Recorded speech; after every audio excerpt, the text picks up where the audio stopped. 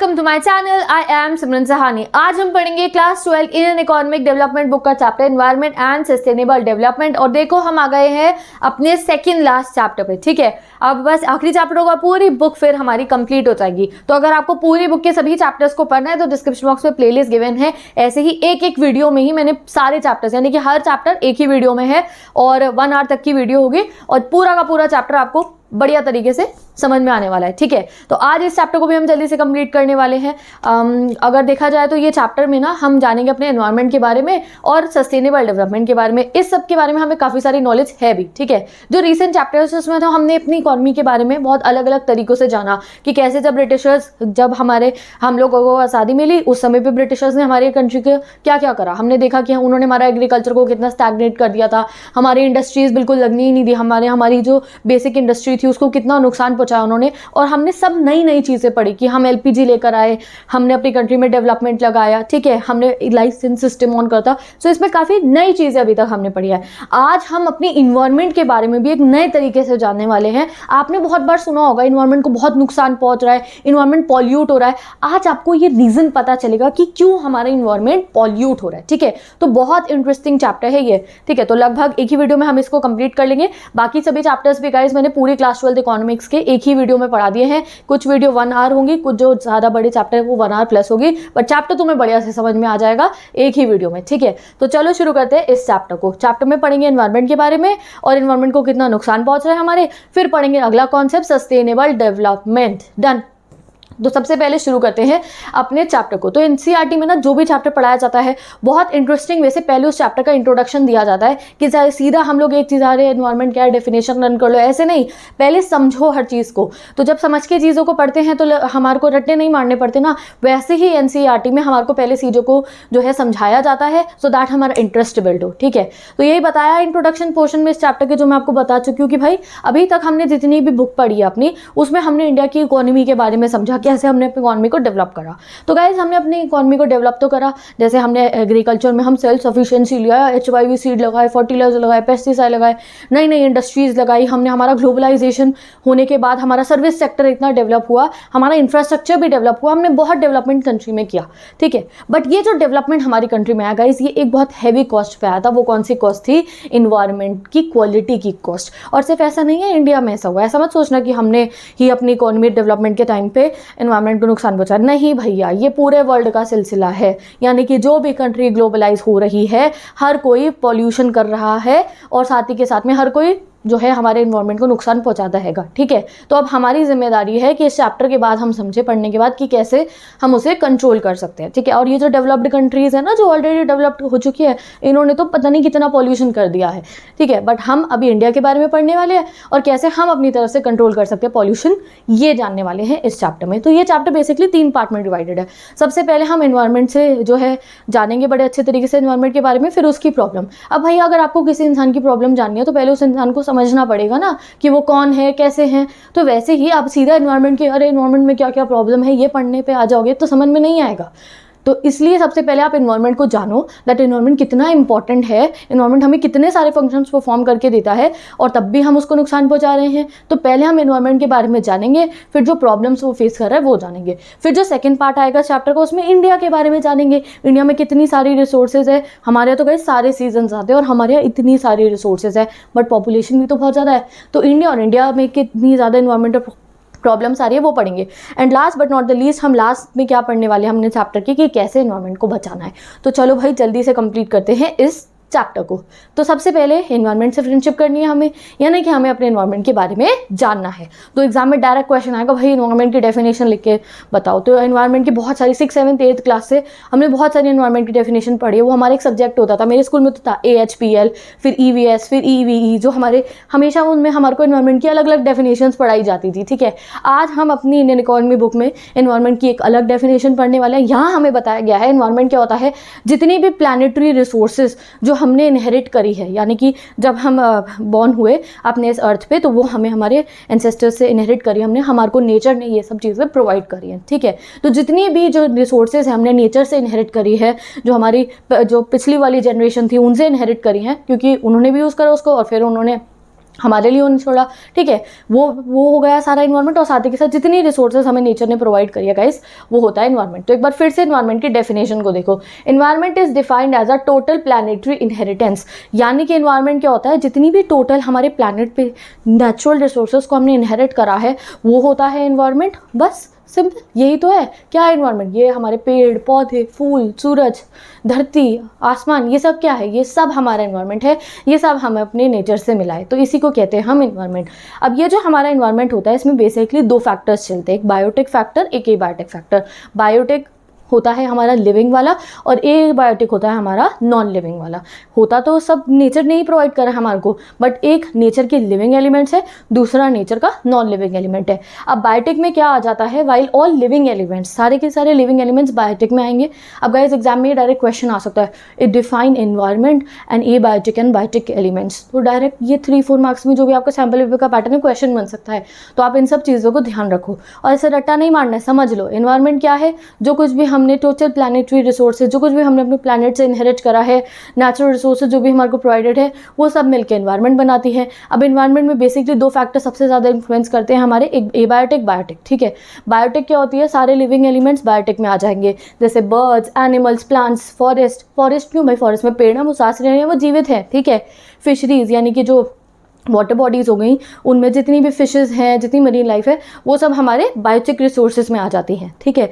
और हमारा abiotic element कौन सा हो जाता है, वो जो नॉन लिविंग है बट हमें नेचुरल रिसोर्सेज से मिला, जैसे air, water, land, rock, mineral, ये सब कौन से हो जाते हैं हमारे एबायोटिक एलिमेंट्स में। तो एग्जाम में डायरेक्ट इस पे क्वेश्चन 1 मार्कर में आ सकता है, एबायोटिक एलिमेंट बताओ। कोई आपको ऑप्शंस दे देंगे, उसमें 3 एबायोटिक लिख देंगे, 1 बायोटिक लिख देंगे और पूछ लिया जाए कि आपको बताना है कौन सा ऑड वन आउट है। कुछ भी टाइप के क्वेश्चन बन सकते हैं। तो बायोटिक एबायोटिक कई बार ना कंफ्यूज हो जाते हैं हम, बायोटिक लिविंग था या नहीं था, है ना। तो इस चीज़ को क्लियर कर लो आज अपने माइंड में। तो हमारा जो ये इन्वायरमेंट होता है, जब हमें इन्वायरमेंट के बारे में पढ़ना होता है तो हम इन्हीं का रिलेशन पढ़ते हैं, बायोटिक का और एबायोटिक एलिमेंट्स का रिलेशनशिप पढ़ते हैं। तो यहाँ हमने इन्वायरमेंट को जान लिया है कि इन्वायरमेंट क्या चीज़ है। अब हम देखते हैं गाइस इन्वायरमेंट हमारे लिए कितने इंपॉर्टेंट फंक्शन जो है परफॉर्म करते हैं। इन्वायरमेंट सबसे पहले हमारे को जो है कोई नई बात नहीं है हमारे लिए जानने के लिए, हमें पता है जो कुछ भी आज के समय पे हमारे अपनी सराउंडिंग में देख लो, मोस्ट ऑफ द थिंग्स जो आपके पास है, रिसोर्सेज आपके पास है, वो हमारे इन्वायरमेंट ने तो हमें प्रोवाइड करी है। जैसे कि आपको पानी पीना, पानी कहाँ से आ रहा है, नेचर से आ रहा है, ठीक है। लाइट जला लो आप, इलेक्ट्रिसिटी कैसे जनरेट हो रही है, या तो किसी हाइड्रो इलेक्ट्रिसिटी प्लांट से हो रही होगी या भैया कोल से हो रही होगी। कोल कहाँ से आ रहा है, इन्वायरमेंट से आ रहा है। पानी कहाँ है, इन्वायरमेंट में है। तो जितनी भी रिसोर्सेज हमारे को जो है हम यूज़ करते हैं, उनका रॉ मटेरियल कहाँ से आता है, इन्वायरमेंट से आ रहा है। तो इन्वायरमेंट कितना इंपॉर्टेंट फंक्शन प्ले करती है। तो एग्जाम में क्वेश्चन आएगा, बताओ भाई इन्वायरमेंट कौन कौन से फंक्शन परफॉर्म करती है, तो 4 करती है। 4 में से पहला क्या, सारे टाइप के, इतने सारे टाइप के रिसोर्सेज इन्वायरमेंट हमें प्रोवाइड करती है। तो भाई अब जब बहुत सारी रिसोर्सेज हो जाती है ना तो कन्फ्यूजन हो सकता है। तो इसलिए हमने क्या करा है, इन्वायरमेंट जो रिसोर्सेज हमें प्रोवाइड करते हैं उसको हमने 2 कैटेगरीज में डिवाइड कर दिया है। पहली कौन सी होती है, रेन्यूएबल रिसोर्स, दूसरी कौन सी होती है, नॉन रेन्यूएबल। ये काफ़ी फेवरेट क्वेश्चन होता है एग्जाम्स में आने के लिए, but differentiate between renewable non renewable resources, ठीक है। तो इनको समझते हैं आप। तो सबसे पहला फंक्शन इन्वायरमेंट का क्या है, हमें रिसोर्स प्रोवाइड करना। कितने टाइप के रिसोर्सेज प्रोवाइड करती है, बहुत सारे टाइप की करती है। उनमें से कुछ को हमने क्लासीफाई कर दिया नॉन रेन्यूएबल और रेन्यूएबल। तो सबसे पहले समझो रेन्यूएबल रिसोर्सेज के बारे में। रेन्यूएबल मतलब जो रेन्यू हो सकती हैं। आपने बचपन में इवेपोरेशन का प्रोसेस पढ़ा है। वाटर जो है गाइस, हमारा पानी, वो एक रेन्यूएबल रिसोर्स है। आपको पूरा इवेपोरेशन का वो पूरा हम डायग्राम बनाते थे, प्रोसेस पता होगा वो, ठीक है, कि किस तरीके से हमारा वाटर जो है फिर से रीजनरेट हो जाता है। तो हमारे को इन्वायरमेंट रेन्यूएबल रिसोर्सेज भी प्रोवाइड करती है, यानी कि जो हमारे इन्वायरमेंट में से डेप्लीट खत्म नहीं हो सकती। जैसे हमारे सनलाइट हो गया, वाटर हो गया, फॉरेस्ट हो गया, ये सब हमारी रेन्यूएबल रिसोर्स हैं, ये रीजनरेट हो सकती हैं। दूसरी होती है हमारी नॉन रेन्यूएबल रिसोर्स, जिनको ना बनने में मिलियंस ऑफ ईयर्स लगते हैं, और अगर हम उन्हें यूज़ करते रहेंगे तो क्या होगा गाइस, वो एक दिन ख़त्म हो जाएंगे, एक्सटिंक्ट हो जाएंगे। जैसे कोल, पेट्रोलियम, अगर हम इतना ज़्यादा यूज़ करते रहेंगे, कल को हमारे बच्चों के बच्चे, आने वाली पीढ़ियों के लिए कोल पेट्रोलियम नहीं बचेगा, ठीक है। फिर उनको जो है, आप सोचो वो ऐसे स्कूटी बाइकों पर कितना घूम पाएंगे, नहीं घूम पाएंगे ना। तुम कहोगे इलेक्ट्रिसिटी, ठीक है, बट उसके लिए हमें बहुत सारी नई नई टेक्नोलॉजीज लाने की ज़रूरत है अभी, अगर हमें उस सब चीज़ों का जुगाड़ करना है। बट अगर हम इस तरीके से जो है ओवर यूज़ करेंगे अपनी नॉन रेन्यूएबल रिसोर्सेज का, तो उन्होंने तो एग्जॉस्ट हो ही जाना है। तो 2 टाइप के रिसोर्स हमें हमारा इन्वायरमेंट प्रोवाइड करता है, पहली रेन्यूएबल, दूसरी नॉन रेन्यूएबल। रेन्यूएबल में क्या आ जाएगा, जो हमारा फॉरेस्ट हो गया, जितना हमारा पानी हो गया, वो सब रेन्यूएबल है। अब ये चीज़ तुम्हें थोड़ी कंफ्यूजिंग लग रही होगी कि भाई हमने कई बार सुना है वाटर भी हमें सेव करना चाहिए, हम अपने वाटर को बहुत ख़राब करे हैं, फॉरेस्ट भी हमें सेव करने चाहिए, क्यों? जब ये रेन्यूएबल है, फिर से रेन्यू हो सकते हैं, तो क्या ज़रूरत है, करते रहो इनको यूज़। नहीं गाइस, तो देखो आज के समय पे क्या हो रहा है कि रेन्यूएबल है, हाँ भाई वाटर रेन्यूएबल है, बारिश आएगी, पूरा प्रोसेस के थ्रू वाटर टेबल रिचार्ज होता रहता है हमारा। बट आज के समय पे इतनी पॉपुलेशन हो रही है, इतनी पॉपुलेशन हो रही है कि हम वो रीजनरेशन जो प्रोसेस है उससे ज़्यादा तेज़ी से हम ग्रो कर रहे हैं, हमारी डिमांड उससे ज़्यादा तेज़ी से ग्रो कर रही है। तो वाटर तो रिचार्ज हो रहा है, बट हमारी डिमांड इतनी बढ़ रही है कि वो रिचार्ज वाटर भी हमारे लिए कम पड़ है। और ऐसा ही हो रहा है आज के समय पे, जो नॉन रेन्यूएबल रिसोर्सेज भी है ना, वो भी आप कह सकते हो कगार पे आ गई हैं कि हमें लग रहा है अरे इनको भी हमें सेव करना पड़ेगा। इवन दो एनवायरनमेंट इनको बार बार रीजनरेट करती रहती है, बट हमारा जो है यूज़ इतना ज़्यादा हो रहा है कि ये भी आज के समय पे हमें सेव करने की ज़रूरत पड़ गई। और जो हमारी ये नॉन रेन्यूएबल है, इन्हें तो करना ही है सेव। तो चलो इनको एक बार देख लो। रेन्यूएबल एनर्जी में आ जाती है विंड, जो हमारा वाटर हो गया, ये सब हमारी रेन्यूएबल रिसोर्सेज होती है, इनसे ये सब एनर्जीज बन सकती है। और नॉन रेन्यूएबल में हमारा कोल, पेट्रोलियम, ये सब आ गया हमारा नॉन रेन्यूएबल में। अब जो ये रेन्यूएबल होती है इनको नॉन एग्जॉस्टेबल भी बोलते हैं। ये एक्स्ट्रा है, मैं आपको बता रही हूँ, क्योंकि ये एग्जॉस्ट नहीं हो सकती। अगर हम इन्हें टाइम दें तो नेचर इन्हें रीजनरेट कर देगा। और जो हमारी नॉन रेन्यूएबल है उन्हें एग्जॉस्टेबल भी कहते हैं, क्योंकि अगर हम इनको यूज़ करते रहेंगे ख़त्म, एग्जॉस्ट हो जाएंगी एक दिन। ठीक है, तो सबसे पहला फंक्शन आप देख चुके हो कि हमारी जो एनवायरनमेंट है वो रेन्यूएबल, नॉन रेन्यूएबल रिसोर्सेज, अलग अलग टाइप के रिसोर्सेज जो है वो प्रोवाइड करते हैं। नॉन रेन्यूएबल की डेफिनेशन क्या होगी? Non renewable resources are those which get exhausted with extraction and use. अगर उन्हें यूज़ करते रहेंगे, एक्सट्रैक्ट करते रहेंगे तो खत्म हो जाएंगे वो, लाइक फॉसिल फ्यूल, और भी आप एग्जाम्पल मेंशन कर सकते हो। अब दूसरा फंक्शन क्या होता है हमारे इन्वायरमेंट का? पहला फंक्शन रिसोर्सेज प्रोवाइड करिए, दूसरा फंक्शन क्या है? इट एसिमुलेट्स वेस्ट, यानी कि जो वेस्ट हमारे यहाँ पे जनरेट होता है उसको हमारा जो एनवायरमेंट है एसिमुलेट मतलब आप अगर समझना चाहो तो उससे कंज्यूम कर सकता है, उसे संभाल सकता है। ठीक है, यानी कि उस वेस्ट को वो हमारे लिए, जैसे अगर वेस्ट वाटर है तो हमारे एनवायरनमेंट पे कैपेसिटी है कि जो वेस्ट वाटर इतना जनरेट हुआ है उसको फ्रेश वाटर हमारा एनवायरनमेंट अपना प्रोसेस के थ्रू बना सकता है। थर्ड क्या हुआ? It sustains life. ठीक है, यानी कि हमारा एनवायरनमेंट क्या कर रहा है? लाइफ सस्टेन कर रहा है। गाइस, जितनी बायोडाइवर्सिटी है, यानी कि पेड़ पौधे, ये सब चीज़ें कौन प्रोवाइड कर रहा है? एनवायरनमेंट ही तो प्रोवाइड कर रहा है। एनवायरनमेंट ही हमारी लाइफ को सस्टेन करता है। और last but not the least, environment ना हमारे को एक और भी बहुत इंपॉर्टेंट फंक्शन परफॉर्म करता है। वो क्या है? Aesthetic services. एस्थेटिक मतलब क्या हुआ भाई? अगर जो है सीनरी, अगर आप कोई बहुत ब्यूटीफुल सी देखते हो, अगर आप कोई हिल स्टेशन जाते हो तो ऐसा मन खुश हो जाता है ना देख के ब्यूटीफुल सी सीनरी को। अगर आपका मूड खराब हो और बारिश हो जाए, कूल ब्रीज आनी शुरू हो जाए, या आपको कहीं हिल स्टेशन पे ले जाया जाए, सीनिक ब्यूटी दिखाई जाए, तो ऑब्वियसली इंसान का मन जो है वो थोड़ा सा खुश हो जाता है। नेचर जो है ना, हमारे सारे, ऐसा हमने काफ़ी सारी लिटरेचर में पोम्स भी पढ़ी हैं कि भाई जब हमारा नेचर जो है, हमें हील करने की नेचर में ताकत होती है कि जब आप थोड़ा परेशान हो और आप अकेले नेचर को जाके एंजॉय करोगे तो डेफिनेटली नेचर आपको जो है हील करेगा। तो वही चीज़ है, नेचर हमारे को सिर्फ ऐसा नहीं है कि रिसोर्स प्रोवाइड कर रहा है, लाइफ सस्टेन कर रहा है, वेस्ट हमारा एसिमुलेट कर रहा है, नहीं, नेचर साथ ही के साथ हमारे को पीस भी प्रोवाइड करता है, इतनी ब्यूटीफुल एस्थेटिक सीनरीज दिखा के।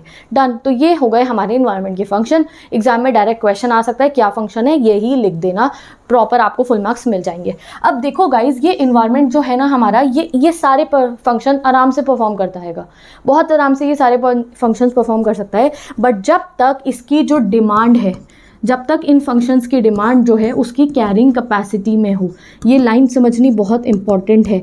ये चैप्टर में यही तो जान रहे हैं हम, यही थोड़ी पढ़ना है बस कि पॉल्यूशन हो रहा है। आप समझोगे पॉल्यूशन हो क्यों रहा है?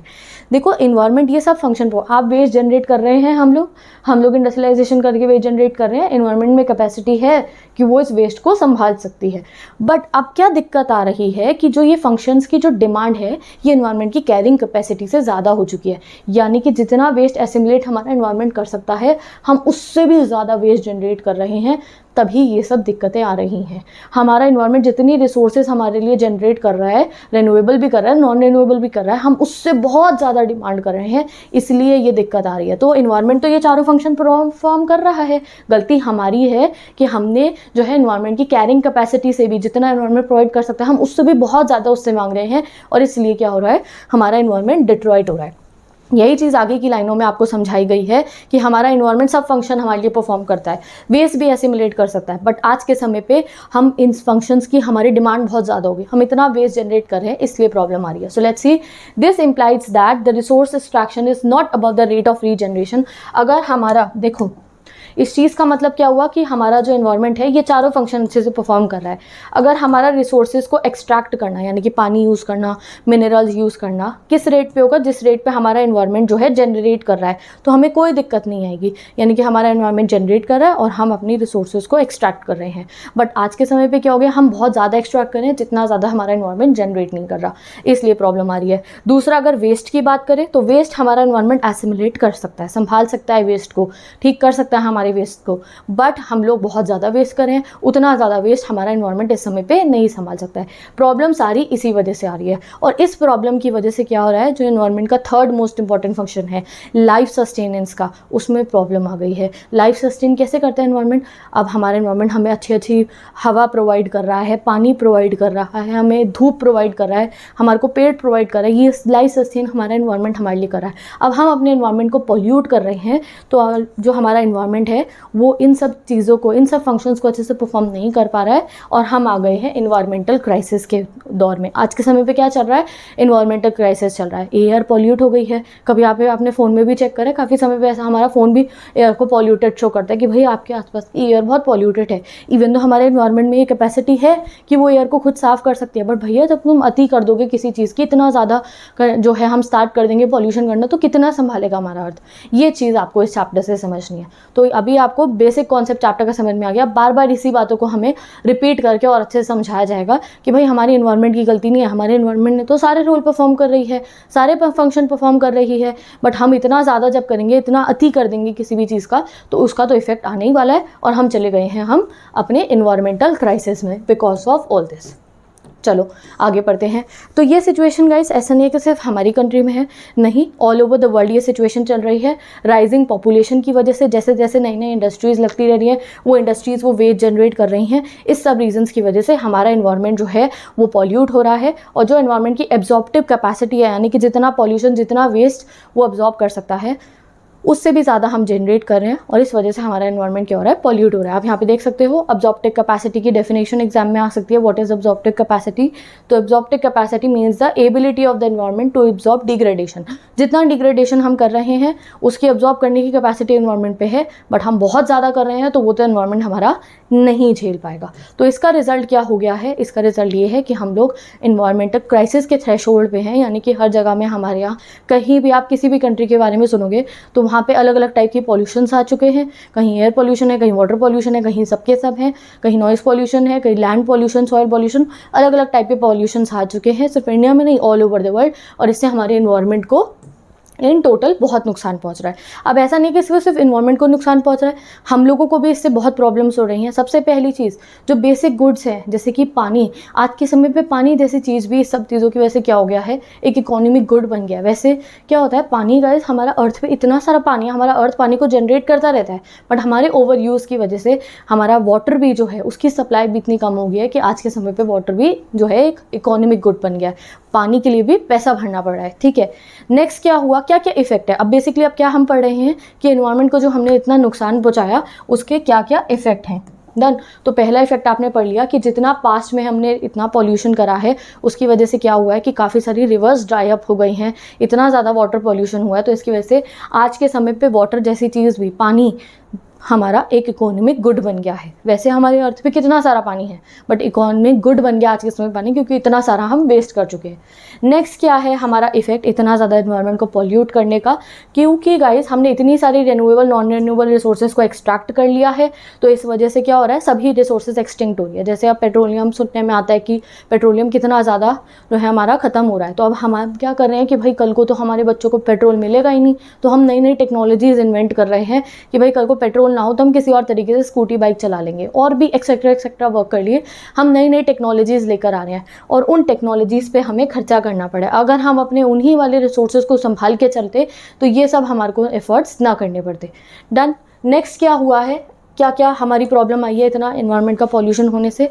नेक्स्ट कॉस्ट ये आई है कि गाइस हमारी हेल्थ भी बहुत ज़्यादा इसकी वजह से क्या हो रही है, इफेक्ट पड़ा है। इंडिया में ऑलमोस्ट 70% ऑफ द वाटर जो है गाइस वो पॉल्यूटेड है। अब अगर कोई वाटर जो है पॉल्यूटेड वाटर को कंज्यूम करेगा तो उससे वो जो है वाटर बॉर्न डिजीजेस होने का खतरा हो सकता है। एयर पॉल्यूटेड जो होती है, जो पॉल्यूटेड एयर में अगर आप सांस लोगे तो भी आपको सो मेनी डिजीजेस होने का खतरा हो सकता है। अब डिजीज़ होगी तो आपको फिर अपना खर्चा करना पड़ेगा, अपनी हेल्थ के ऊपर बहुत ज़्यादा खर्चा करना पड़ेगा। तो देयर आर एंडलेस कॉस्ट जो हमारा, अगर हम इस एनवायरनमेंट को नुकसान पहुँचाते रहेंगे, जो हमें पे करनी पड़ेंगी। So in this era we have to wake and we have to save our environment. यही चीज़ आपको इस चैप्टर से समझनी है। तो आप देखो, एक चीज़ हमारी एनसीईआरटी में बता रखी है कि क्या अभी ऐसा हुआ है, इसी सेंचुरी में, हमारे दौर में ही ऐसा हो रहा है कि हमें एनवायरनमेंट को सेव करने की ज़रूरत पड़ी है? क्या पहले ज़माने में ऐसा नहीं होता था? तो येस, डेफिनेटली पहले ज़माने में क्या था गाइज, हमारी पॉपुलेशन इतनी ज़्यादा नहीं थी। हमारी जो सिविलाइजेशन यानी कि जितनी भी पॉपुलेशन थी पूरे वर्ल्ड की, जितना वो डिमांड कर रही थी, जितने रिसोर्सेज वो डिमांड कर रही हैं, जितना वेस्ट वो जनरेट कर रही है, वही बात रिपीट हो रही है यहाँ पे कि वो हमारे इन्वायरमेंट की एब्जॉर्प्टिव कैपेसिटी में था। यानी कि जितनी रिसोर्सेज एनवायरमेंट प्रोड्यूस कर रहा था, हमारी डिमांड उससे कम थी, तो अच्छा खासा हमारी लाइफ चल रही थी। हम जितना वेस्ट जनरेट कर रहे थे, पुराने समय की बात है ये हमारी, क्योंकि पॉपुलेशन इतना ज़्यादा नहीं थी ना, तो जितना वेस्ट जनरेट हो रहा था उसको एनवायरमेंट संभाल पा रहा था, एसिमुलेट कर पा रहा था। बट जैसे जैसे आज के समय पे पॉपुलेशन एक्सप्लोजन हो रहा है, इतनी ज़्यादा पॉपुलेशन बढ़ रही है, साथ ही के साथ हर कंट्री में इंडस्ट्रियलाइजेशन हो रहा है। तो इंडस्ट्रियलाइजेशन और पॉपुलेशन के बढ़ने की वजह से क्या हो रहा है, हमारा एनवायरनमेंट अब अपने फंक्शंस को अच्छे से परफॉर्म नहीं कर पा रहा है। अब पॉपुलेशन बढ़ने की वजह से किस चीज़ पे इफेक्ट पड़ता है, हमारी जो रिसोर्सेज की डिमांड होती है वो बहुत बढ़ जाती है। जितनी ज़्यादा पॉपुलेशन होगी उतना ज़्यादा पानी की ज़रूरत, उतना ज़्यादा आपको इलेक्ट्रिसिटी की ज़रूरत, उतना ज़्यादा लैंड की ज़रूरत घर बनाने के लिए, उतना ही ज़्यादा आपको सॉइल की ज़रूरत है क्रॉप्स उगाने के लिए। तो जितनी जितनी पॉपुलेशन बढ़ रही है उतनी हमारी इन्वायरमेंट की जो रिसोर्सेज हैं उसका जो है हमारा डिमांड बढ़ा है। और जितनी हमारी पॉपुलेशन बढ़ रही है, जितनी इंडस्ट्रीज़ हमें लगानी पड़ेंगी, पॉपुलेशन बढ़ी है तो आपको ज़्यादा इंडस्ट्री लगानी पड़ेगी इकोनॉमी को अच्छा करने के लिए। अब जितनी इंडस्ट्रीज़ लगती हैं उतना ही वो वेस्ट जनरेट करती हैं, हर एक इंडस्ट्री अलग अलग टाइप का वेस्ट जनरेट करती है। तो ये हमारे करंट सिनेरियो हो गया आज की सेंचुरीज़ में कि हम जो है एनवायरमेंटल क्राइसिस में आ गए हैं। क्यों? क्योंकि हमारा पहले ज़माने में ऐसा नहीं था। पहले ज़माने में जितना नीड था हमारे को, हम उतना ही एनवायरनमेंट का जितना हमारा डिमांड था, एनवायरनमेंट वो सब पूरी कर पा रहा था। अब हमारी डिमांड ही इतनी हो गई है तो एनवायरनमेंट उसको झेल नहीं कर पा रहा है, हैंस एनवायरमेंटल प्रॉब्लम्स जो है वो अराइज हो गई हैं। और पहले ज़माने में एनवायरमेंटल प्रॉब्लम क्यों नहीं होती थी? Because the rate of resource extraction was less than the regeneration. Then बार बार यही बात एनसीईआरटी में रिपीट करी गई है, मेन कोर रीज़न वही है हमारा। तो इसलिए गाइस अब हम चलते हैं अपने नेक्स्ट टॉपिक पे, दैट इज़ अबाउट इंडिया। यानी कि अब हम अपनी कंट्री इंडिया के बारे में पढ़ेंगे, हमारी इंडिया की रिसोर्सेज कैसी हैं और हमारी इंडिया में जो है कितने टाइप के पॉल्यूशंस है और कैसे हम उनसे बच सकते हैं, कैसे हम अपनी कंट्री को सेव कर सकते हैं, एनवायरनमेंट को अपनी कंट्री की सेव कर सकते हैं। ओके, तो अब समझ गए हमारे एनवायरनमेंट के बारे में। यही बातें बार बार जो है हमारे को अभी तक चैप्टर में रिपीट हुई, क्या कि हमारा एनवायरनमेंट जो है वो हमारे को इतने सारे फंक्शन प्रोवाइड करके दे रहा है, जो वेस्ट भी है वो हमारा एनवायरनमेंट एसिमुलेट कर सकता है, बहुत सारी रिसोर्सेज हमारे लिए हमारा एनवायरनमेंट प्रोवाइड कर रहा है। बट हमारी जब तक डिमांड जो है एनवायरनमेंट की रीजनरेशन कैपेसिटी में थी, एनवायरनमेंट की एसिमुलेशन कैपेसिटी में थी, तब तक सब कुछ सही चल रहा था। अब जैसे जैसे पॉपुलेशन इतनी बढ़ रही है, जैसे जैसे इंडस्ट्रियल रेवोल्यूशंस आ रहे हैं, नई नई टेक्नोलॉजी आ रही है, नई नई इंडस्ट्री लग रही है, आप बोलो इंडस्ट्री उतना वेस्ट जनरेट कर रही है, तो अब हमारी ना डिमांड किसकी बहुत ज़्यादा बढ़ गई है। अब सिचुएशन डिफरेंट हो गई है। पहले क्या था, जितनी डिमांड थी उससे ज़्यादा हमारा एनवायरनमेंट जनरेट कर रहा था, अब उसका उल्टा हो चुका है। अब हमारी डिमांड ज़्यादा हो गई है और एनवायरनमेंट उतना हमें सप्लाई नहीं कर पा रहा है, इसलिए हम क्या है एनवायरमेंटल क्राइसिस में है, सिंपल। अब गाइस आप एनवायरनमेंट के बारे में काफ़ी कुछ जान चुके हो, अब हम अपने इंडिया के एनवायरनमेंट के बारे में जानते हैं कि इंडिया के एनवायरनमेंट कितना ब्यूटीफुल है और हमारे पास कितनी सारी नेचुरल रिसोर्सेज हैं। Let's study. तो इंडिया में अबंडेंट यानी कि बहुत सारी नेचुरल रिसोर्सेज है हमारे पास, बहुत क्वालिटी ऑफ सॉइल, जो पता है कितनी सारी सॉइल से 10th में पढ़ी तो थी, alluvial soil, black soil, red soil, arid soil, laterite soil, forest soil, बहुत सारे टाइप की सॉइल, बहुत फर्टाइल सॉइल हमारे पास है। ठीक है, हंड्रेड्स ऑफ रिवर्स है और उनकी ट्रिब्यूटरीज भी हैं, लश ग्रीन फॉरेस्ट यानी कि इतने अच्छे अच्छे फॉरेस्ट हैं हमारे पास, मिनरल डिपॉजिट जो हमारा पूरा छोटा नागपुर प्लेट्यू वाला रीजन है, और भी इंडिया में गाइस वेरियस टाइप्स के मिनरल्स मिलते हैं। हमारा इंडियन ओशन आपको पता है, तो हमारे पास बहुत सारी रिसोर्सेज हैं।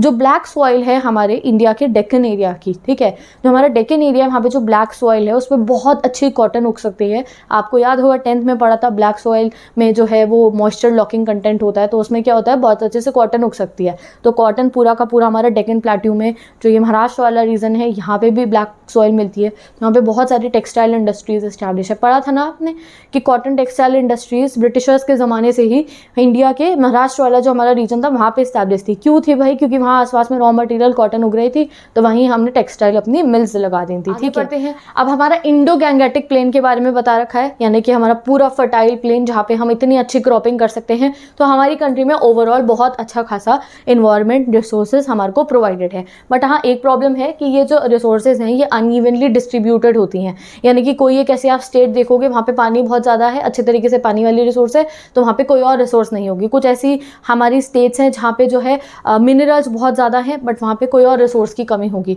तो इसमें हमारी गवर्नमेंट को और हमारे डेवलपमेंट प्लान्स का रोल होता है कि ये जो अनइवनली रिसोर्सेज डिस्ट्रीब्यूशन है उनको हम कवर करें, कि जहाँ पे जो है पानी ज़्यादा है तो वहाँ पे हम उस तरीके से जो है टेक्नोलॉजी डेवलप करें, उसको उस तरीके से डेवलप करें, और ट्रांसपोर्टेशन बढ़ा के सारा का सारा सिस्टम वो हमारा गवर्नमेंट का होता है, हमारे डेवलपमेंट प्लान्स में होता है कि रिसोर्सेज तो है ना हमारे पास, अगर अनइवनली डिस्ट्रीब्यूटेड है तो हमारी ड्यूटी है कि हर एक हिस्से को रिसोर्सेज का फ़ायदा पहुँचना चाहिए। Done.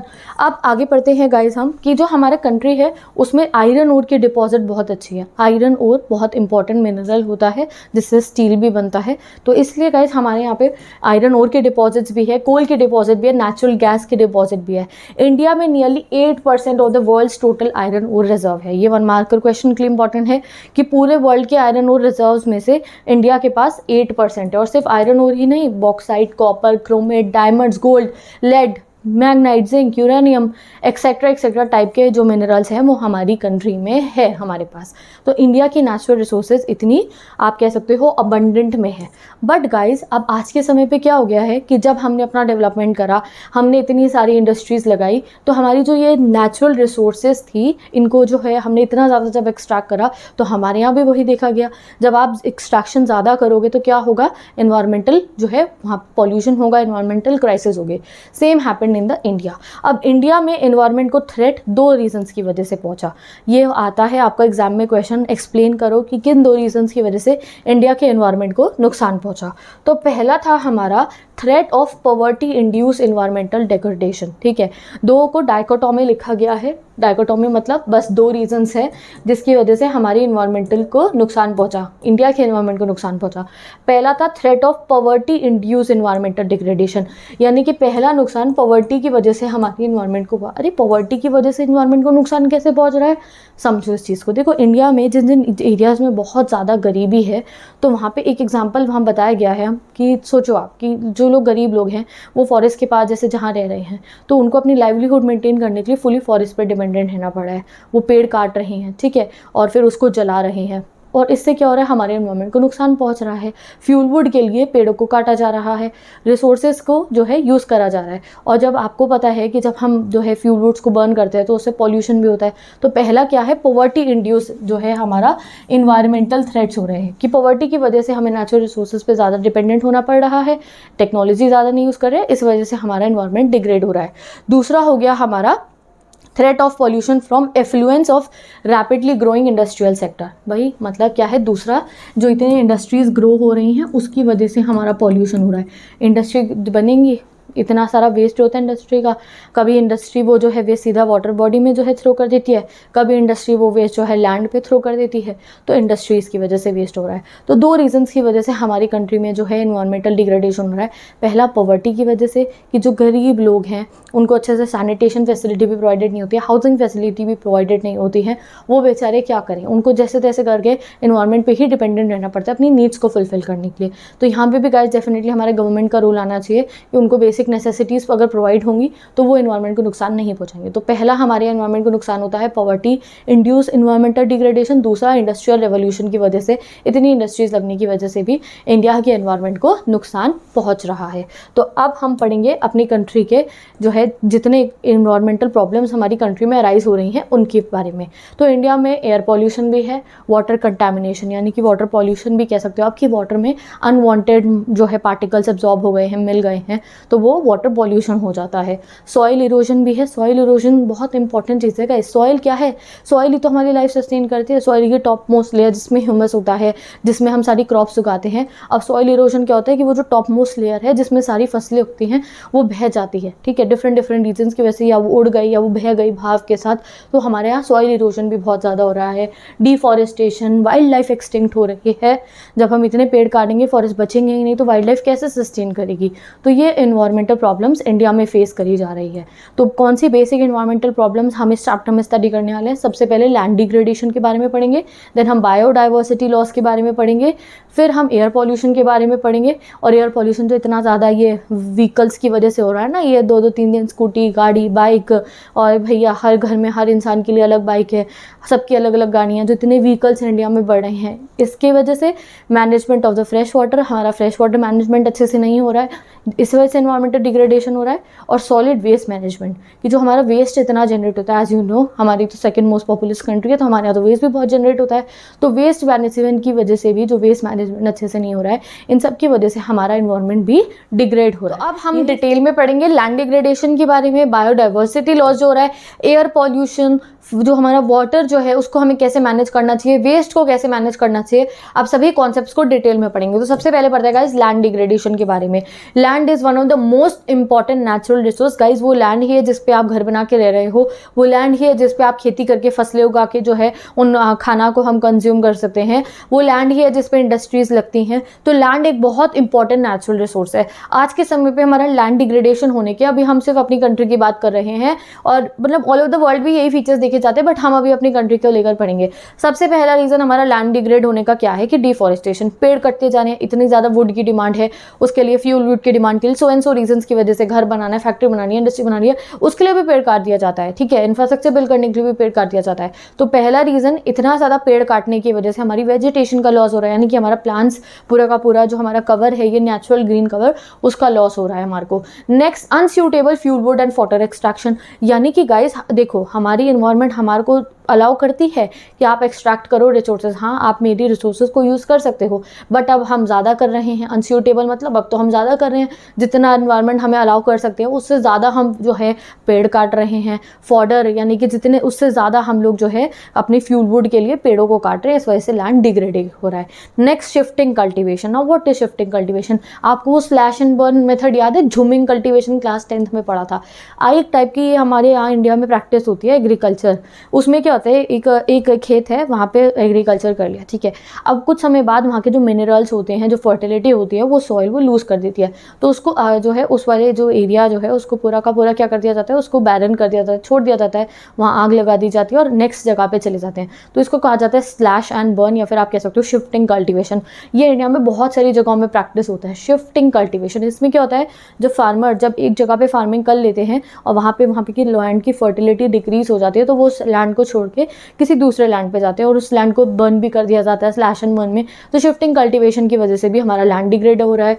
Encroachment into forest land, मतलब कि भैया फॉरेस्ट का जो लैंड है, जो फॉरेस्ट कवर है, जो हमारे जीव जंतु जानवरों के लिए है, जो हमारी ऑक्सीजन प्रोवाइड करने के लिए है, वहाँ पे जाके हम घर बना रहे हैं, बिल्डिंग बना रहे हैं, फैक्ट्री बना रहे हैं, पेड़ काट के, जंगल काट के घर बना रहे हैं और खेत बना रहे हैं चाहे वहाँ पे। तो इस सब की वजह से हमारा लैंड डिग्रेड हो रहा है। फॉरेस्ट फायर, इतनी ग्लोबल वार्मिंग बढ़ रही है तो फॉरेस्ट फायर लग जाती है, लैंड डिग्रेड। ओवर ग्रेजिंग, यानी कि जो हमारे कैटल्स होती हैं उनको ना ग्रेजिंग लैंड्स बने होते हैं, घास लगी होती है, उनको अलाउ होता है वो वहाँ पे जाके ग्रेजिंग करेंगे। बट अगर वो भी ज़्यादा हो जाएगा तो क्या होगा, अगर घास सारी की सारी ग्रेज कर ली गई है तो फिर अगर हवा चलेगी तो हमारा लैंड डिग्रेड होगा। वाटर आ गया तो लैंड डिग्रेड हो सकता है, सॉइल इरोजन। तो ये सब इंटरलिंक कॉन्सेप्ट होते हैं। ग्रेजिंग, अब घास जो होती है ना, घास के रूट्स जो हमारी सॉइल को पकड़ के रखते हैं, अब अगर ओवर ग्रेजिंग कर लेंगी शीप और बाकी टाइप के कैटल्स, तो वहाँ पे अगर हवा चलती है, बारिश आती है, पानी बहता है, तो हमारा वो टॉप मोस्ट लेयर जो है वो चली जाएगी। और अगर सॉइल की टॉप मोस्ट लेयर, हमारे लैंड पे जो मिट्टी है उसकी टॉप मोस्ट लेयर ही चली गई तो क्या हुआ, लैंड डिग्रेड हो गया, बेकार हो गया, फर्टाइल नहीं रहा वो। यही चीज़ है। Non adoption of adequate soil conservation, देखो आ गया ना सॉइल कंजर्वेशन, क्योंकि मैंने इसलिए बताया क्योंकि ये दोनों लिंक्ड है, क्योंकि हम लोग सॉइल कंजर्वेशन नहीं कर रहे हैं, सॉइल इरोजन से बचने के लिए मेथड्स अडॉप्ट नहीं कर रहे हैं, इसलिए हमारा लैंड जो है वो डिग्रेड हो रहा है। नेक्स्ट, ओपन एक्सेस रिसोर्सेज, यानी कि हमारी रिसोर्सेज को ओपन एक्सेस है, कोई भी फॉरेस्ट में चला जाए, कोई भी जो है कहीं से भी पेड़ काट रहे हैं, इस वजह से हमारे यहाँ पे ऐसा हो रहा है। Poverty of agriculture dependent people, ये कुछ रीजन है जिसकी वजह से हमारा लैंड जो है वो डिग्रेड हो रहा है। अब और भी रीजन है, उनको पढ़ते हैं। तो उन रीजन को समझने के लिए पहले हम इंडिया के लैंड के बारे में जानते हैं। देखो हमारी कंट्री में के पास कितना लैंड है ऑल ओवर द वर्ल्ड का, 2.5% जो है टोटल जोग्राफिकल एरिया पूरे वर्ल्ड का हमारे पास है। कितना एरिया है इंडिया में, कितना पूरा का पूरा हमारा जोग्राफिकल एरिया है, पूरे वर्ल्ड का 2.5% हमारे पास है। अब उस 2.5% में आपको पता है हमारे यहाँ कितनी पॉपुलेशन है, पूरे वर्ल्ड की 17% पॉपुलेशन इंडिया में है अप्रॉक्सीमेटली, और जो है 20% लाइव स्टॉक पॉपुलेशन इस 2.5% के एरिया पे हमारे पास है। लाइव स्टॉक क्या, जीव जंतु जानवर हमारे जो है वो हमारी कंट्री में है। तो मतलब कि हमारी कंट्री में डेंसिटी ऑफ पॉपुलेशन बहुत ज़्यादा है, यानी कि कुछ पर्टिकुलर लैंड एरिया में बहुत ज़्यादा लोग रिसाइडेड है। अगर आप वहाँ अमेरिका जाओ, यूएसए जाओ, इन कंट्रीज़ में अगर जाओगे तो यहाँ डेंसिटी ऑफ पॉपुलेशन ज़्यादा नहीं है। अगर आप सड़क पे लिखोगे तो आपको इतने लोग नहीं दिखेंगे, ना ही इतना लाइव स्टॉक, यानी कि इतने आप लोगों को एनिमल्स भी नहीं दिखेंगे। हमारी कंट्री में जो है पॉपुलेशन डेंसिटी बहुत ज़्यादा है, बहुत ज़्यादा लोग जो है इन अ पर्टिकुलर एरिया रिसाइडेड है। ठीक है, तो अब इस चीज़ का इफेक्ट हमारी रिसोर्सेज पे भी पड़ता है। उतना ही ज़्यादा आपको फॉरेस्ट पे डिपेंडेंट होना पड़ेगा, उतना ही ज़्यादा आपको पेड़ काटना पड़ेंगे, उतना ही ज़्यादा आपको लैंड की ज़रूरत पड़ेगी, उतना ही ज़्यादा आपको एग्रीकल्चर की ज़रूरत पड़ेगी ह्यूमन सेटलमेंट के लिए एंड सो एरियाज़ के लिए। तो इसलिए जितनी हमारी पॉपुलेशन इतनी एक्सीड हो रही है, ये भी एक रीज़न है हमारा लैंड डिग्रेड होने का, क्योंकि ज़्यादा रिसोर्सेज की डिमांड होगी ना, जितना हमारी पॉपुलेशन बढ़ेगा उतना ज़्यादा रिसोर्सेज की डिमांड होगी। ठीक है, नेक्स्ट गाइस अब पढ़ते हैं अपने फॉरेस्ट के बारे में, क्योंकि गाइस लैंड एरिया में फॉरेस्ट भी तो आता है ना। तो इंडिया में 0.06% हेक्टेयर का जो है फॉरेस्ट एरिया है, बट हमारी रिक्वायरमेंट की अगर हम देखें, हमें ज़रूरत कितनी है, 0.47 हेक्टेयर ऑफ लैंड, वो भी सिर्फ अपनी बेसिक नीड्स को पूरा करने के लिए। फॉरेस्ट क्या करते हैं, फॉरेस्ट हमारे को ऑक्सीजन प्रोवाइड करते हैं, फॉरेस्ट हमारे को पेड़, लकड़ी प्रोवाइड करते हैं हमारे को पेड़, और अलग अलग तरीके से फॉरेस्ट हमारा हेल्प करता है। तो हमारा फॉरेस्ट कवर, हमारी सारी वाइल्ड लाइफ फॉरेस्ट में ही तो रहती है, तो हमारा फॉरेस्ट कवर जितना हमें ज़रूरत है उससे कम है। ये हमारी एक सबसे बड़ी प्रॉब्लम है। नेक्स्ट अब बात करते हैं हम सॉइल की। ठीक है, अब गाइस मैंने अभी आपको जब लैंड डिग्रेडेशन पढ़ाया था तो मैंने आपको कहा कि ओवरग्रेजिंग की वजह से सॉइल इरोजन हो जाता है। तो यही बात आपको इस टॉपिक में बता रखी है कि लैंड जो है ना, अगर आपको लैंड को सेव करना है तो अपने सॉइल को बचाना होगा, क्योंकि अगर सॉइल इरोड हो गई, अगर सॉइल की top most layer of the soil अगर बह गई तो वो फर्टाइल नहीं रहेगी, फिर आप वहाँ खेती नहीं कर सकते हो, वहाँ पे आप अपनी क्रॉप्स नहीं उगा सकते हो, वो बेकार हो जाएगा, बैड लैंड हो जाएगा। तो इसलिए हमारे को क्या करना चाहिए, हमें सॉइल को बचाना चाहिए अपनी। बट इंडिया में सॉइल इरोजन बहुत ज़्यादा हो रहा है। तो ये पूरे के पूरे एरिया में आपको गाइस सारा का सारा पूरा फैक्ट्स और फिगर्स के थ्रू बता रखा है, कि जैसे कि आपको समझ में आए, बस कहने से पता ना चले कि हाँ लैंड डिग्रेडेशन हो रहा है, यहाँ फिगर्स और नंबर से देखो कि कितना लैंड डिग्रेडेशन हो रहा है। तो एस्टिमेट्स क्या है हमारे पास कि हमारा सॉइल इरोजन हर साल 5.3 बिलियन टन्स ईयर जो है के रेट पे हमारा सॉइल जो है वो इरोड हो रहा है। अब जब सॉइल इरोजन होता है तो गाइस ऐसा नहीं है सिर्फ मिट्टी चली जाती है, मिट्टी के जो बेसिक न्यूट्रिएंट्स होते हैं जैसे नाइट्रोजन, फॉस्फोरस और पोटेशियम, जिनकी ज़रूरत होती है हमारे को एग्रीकल्चर के समय पे, क्रॉप्स उगाने के समय पे, वो भी उनके साथ में बह जाती है। तो इसके एस्टिमेट्स भी हमें दे रखे हैं कि 0.8 मिलियन टन्स ऑफ नाइट्रोजन को हम लूज़ कर रहे हैं, 1.8 मिलियन टन्स ऑफ फॉस्फोरस हम लूज़ कर रहे हैं, 26.3 मिलियन टन्स ऑफ पोटाशियम हम हर साल लूज़ कर रहे हैं। क्यों? क्योंकि जो सॉइल की टॉप मोस्ट लेयर है जिसमें ये सब न्यूट्रिएंट्स होते हैं वो इरोड हो रही है। एंड हमारी गवर्नमेंट ने हमें बताया है the contents of nutrients loss due to erosion each year ranges from 5.8 to 8.4 million tonnes. तो इतना सारा न्यूट्रिएंट लॉस हमारा हो रहा है because of the soil erosion. तो भाई हमारे को क्या नीड है कि हम अपनी सॉइल को भी सेव करें। तो हमने इंडिया के लैंड डिग्रेडेशन के बारे में पढ़ लिया। Now let's continue the topic. अब क्या पढ़ेंगे हम, अपने एयर पॉल्यूशन के बारे में पढ़ेंगे। तो इंडिया में गाइस एयर पॉल्यूशन जो है वो वाइड स्प्रेड है अर्बन एरियाज में, यानी कि शहरों में सबसे ज़्यादा पॉल्यूशन किस वजह से हो रहा है, अलग अलग व्हीकल्स की वजह से, यानी कि जो 2 व्हीलर्स है और 4 व्हीलर्स लोगों के पास पर्सनल भी आजकल इतने ज़्यादा हो गए हैं, और पब्लिक ट्रांसपोर्ट ऑल्सो, व्हीकल्स की वजह से बहुत ज़्यादा जो है पॉल्यूशन हो रहा है। प्लस और किस वजह से हो रहा है अर्बन एरियाज में, हाइयर कंसंट्रेशन ऑफ इंडस्ट्री। आपने देखा होगा कि इंडस्ट्रीज भी ज़्यादातर शहरों में, टाउन्स में ही लगती हैं, तो इंडस्ट्रीज तो पॉल्यूशन करती ही हैं, और थर्मल पावर प्लांट्स, ये 3 सोर्सेज है जिसकी वजह से इंडिया में पॉल्यूशन हो रहा है। कौन सा वाला? एयर वाला, ठीक है।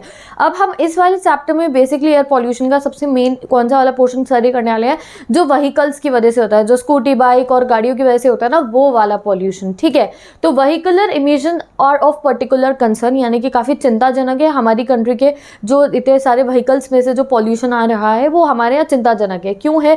क्योंकि गाइस हमारे यहाँ जो है पॉपुलेशन इतनी ज़्यादा है, और आजकल जितनी पॉपुलेशन है उतनी हर एक को अपनी पर्सनल यूज़ के लिए जो है व्हीकल्स की नीड है। स्कूल जाना है, बाजार जाना है, आपको कहीं और जाना है तो, या फिर आपको आउट ऑफ टाउन जाना है तो आप गाड़ी भी रखोगे। अपना शहर के में ही काम करने आपको और ज़्यादा दूर जगह नहीं है तो आप स्कूटी पे और बाइक पे करते हो। शहर में भी अगर ज़्यादा दूर जगह है तो आप लोगों को गाड़ी रखनी पड़ती है, या इधर you are calling a taxi और a cab, something like that, ठीक है। तो व्हीकल्स की हमें आजकल बहुत ज़्यादा नीड हो रही है। The number of motor vehicles have increase from about 3 lakh in 1951।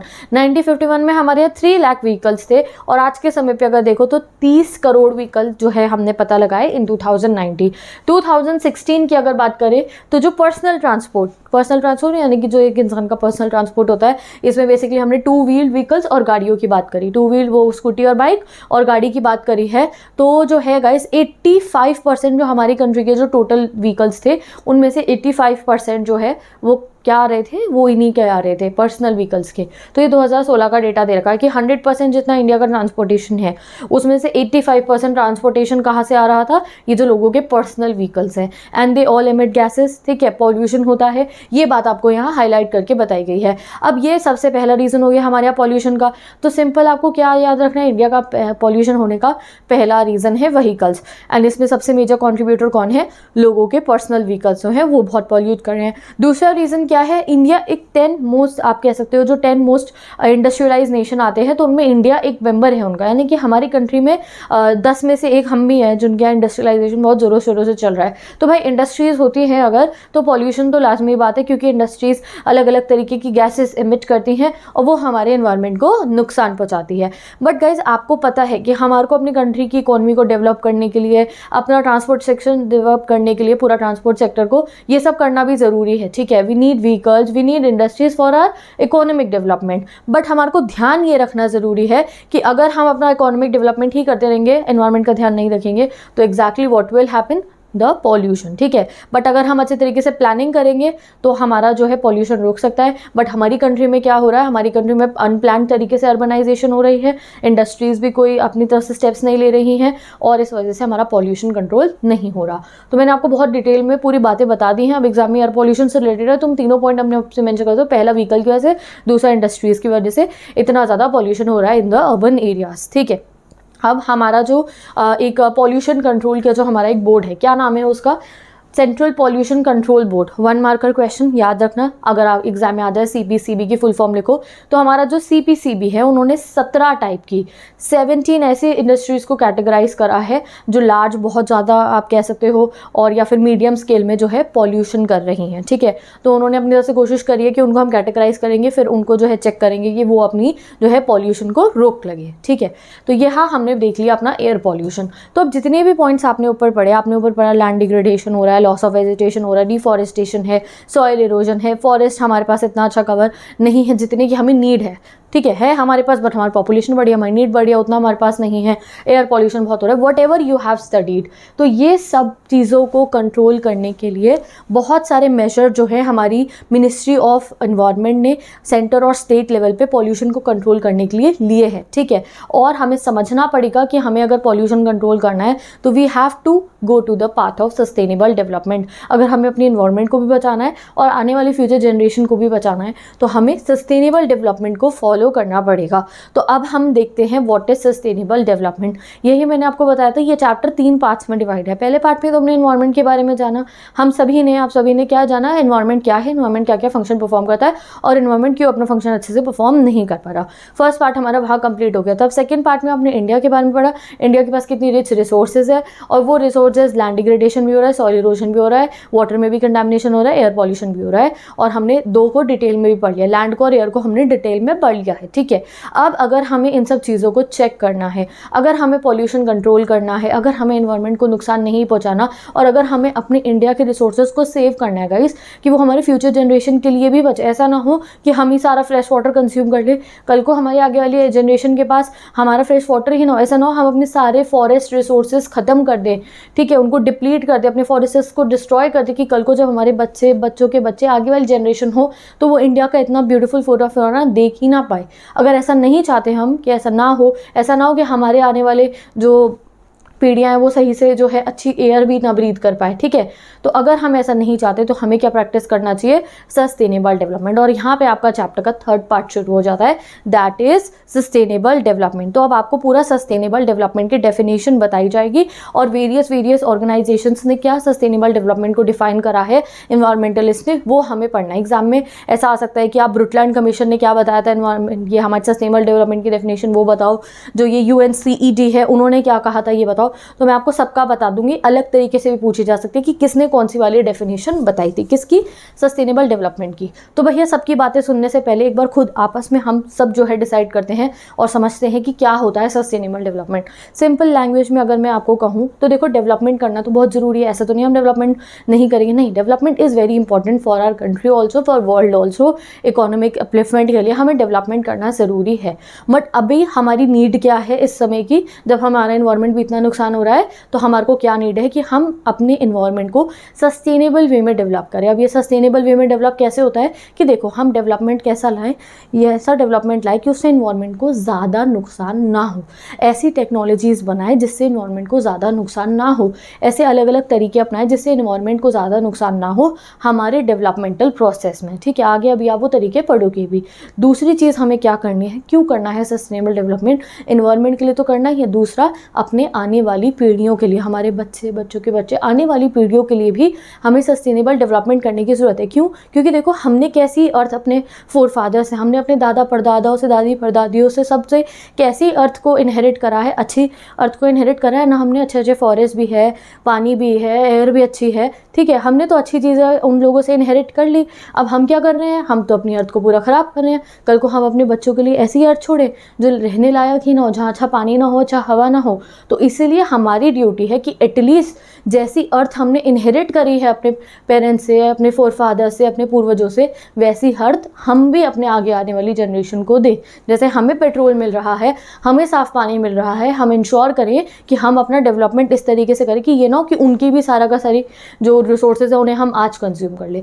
इस कॉन्सेप्ट को ही सस्टेनेबल डेवलपमेंट कहा जाता है। अब इसकी इंग्लिश में डेफिनेशन जब आएगी तो आप कंफ्यूज नहीं होने वाले हो। So let's study in detail the हमारा सस्टेनेबल डेवलपमेंट। तो यही तो क्या है हमारा सस्टेनेबल डेवलपमेंट, ये आपको मैंने समझा दिया। अब हम बुक के हिसाब से पढ़ लेते हैं। बुक में भी यही बताया गया है भाई, अगर हम इकोनॉमिक डेवलपमेंट करते हैं तो इन्वायरमेंट उसके साथ इंटरडिपेंडेंट है। अगर हम अपना इकोनॉमिक डेवलपमेंट करते समय इन्वायरमेंट का ध्यान नहीं रखेंगे तो हमारे इन्वायरमेंट को बहुत नुकसान पहुंच सकता है। तो इसलिए हमें डेवलपमेंट, देखो डेवलपमेंट करना तो बहुत ज़रूरी है ना, ऐसा थोड़ी डेवलपमेंट करेंगे ही नहीं हम। तो इसलिए हमारे को डेवलपमेंट कैसा करना चाहिए, सस्टेनेबल वे में, which is known as the sustainable development. अब पढ़ते हैं हम हमारी सस्टेनेबल डेवलपमेंट की डेफिनेशन। क्या है डेफिनेशन, यहाँ पढ़ो, development that will allow all future generation to have potential average quality of life. वही चीज़ जो मैंने आपको बताई है, कैसे तरीके से डेवलपमेंट करो। सस्टेनेबल वे में डेवलपमेंट करने का मतलब ऐसा डेवलपमेंट करो कि एटलीस्ट जो फ्यूचर जनरेशन है उन्हें ऐसी लाइफ तो मिले कि वो एक अच्छे से ज़िंदगी जी पाए, अच्छा पानी पी पाए, अच्छी सांस में, अच्छी हवा में सांसें ले पाए, ठीक है, और अच्छा सा फॉरेस्ट उन्हें मिले, ठीक है। तो ऐसा हमें अपना डेवलपमेंट करना चाहिए कि एटलीस्ट उनकी नीड तो हम सारी की सारी कॉम्प्रोमाइज़ ना कर दे, या फिर ऐसा ना हो कि उनकी सारी रिसोर्सेज हम ही यूज़ कर ले, ठीक है। अब इस कॉन्सेप्ट को, जो ये जो सस्टेनेबल डेवलपमेंट का कॉन्सेप्ट है, इसको एम्फसाइज करा गया था। कहाँ पे बात हुई थी इसके बारे में, UNCED में। इसका फुल फॉर्म एग्जाम में सीधा क्वेश्चन में आ सकता है, मार्क कर लो इसको बुक में, UNCED यानी कि United nation conference on environment and development, ठीक है। ये कॉन्फ्रेंस हुई थी यूनाइटेड नेशन के बारे में, आप सभी को पता होगा। United Nation is an international organisation जिसके बहुत सारे मेंबर्स हैं, इंडिया भी उनका मेंबर है, और बहुत सारे वर्ल्ड के लीडर्स वहाँ जाते हैं, सो मैनी इश्यूज़ के ऊपर डिस्कशन करते हैं, चाहे वो ट्रेड हो, एनवायरनमेंट हो, टेररिज्म हो, या फिर सिक्योरिटी हो एंड वॉट नॉट। बहुत सारे इशूज़ पे वहाँ डिस्कशन होता है। तो ये UNCED ने एनवायरनमेंट पे डिस्कशन करा और उन्होंने कहा भैया एनवायरनमेंट बहुत ख़राब हो रहा है तो करो सस्टेनेबल डेवलपमेंट।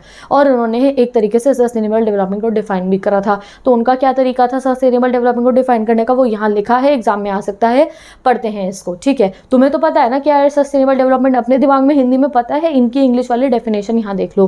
तो इन्होंने क्या कहा, development that meets the need of the present generation without compromising the ability of the future generation to meet their own needs. क्या बढ़िया डेफिनेशन दिया है। ऐसा डेवलपमेंट करो कि प्रेजेंट जनरेशन की नीड तो फुलफिल हो रही हो, यानी कि तुम्हें स्कूटी चलानी है तो चलाओ, अपनी नीड फुलफिल करो, तुम्हें पानी पीना पियो, बट इतना भी ज़्यादा अपनी नीड्स को फुलफिल मत करो कि आगे वालों की नीड्स कॉम्प्रोमाइज़ कर दो कि भाई तुमने इतनी स्कूटी चला लिया कि सारा पेट्रोल ही खत्म कर दिया है हमारी प्रेजेंट जनरेशन ने, आगे बचा ही नहीं, हमने इतना वाटर पॉल्यूट कर दिया कि आगे वालों के लिए अच्छा वाटर बचे ही ना।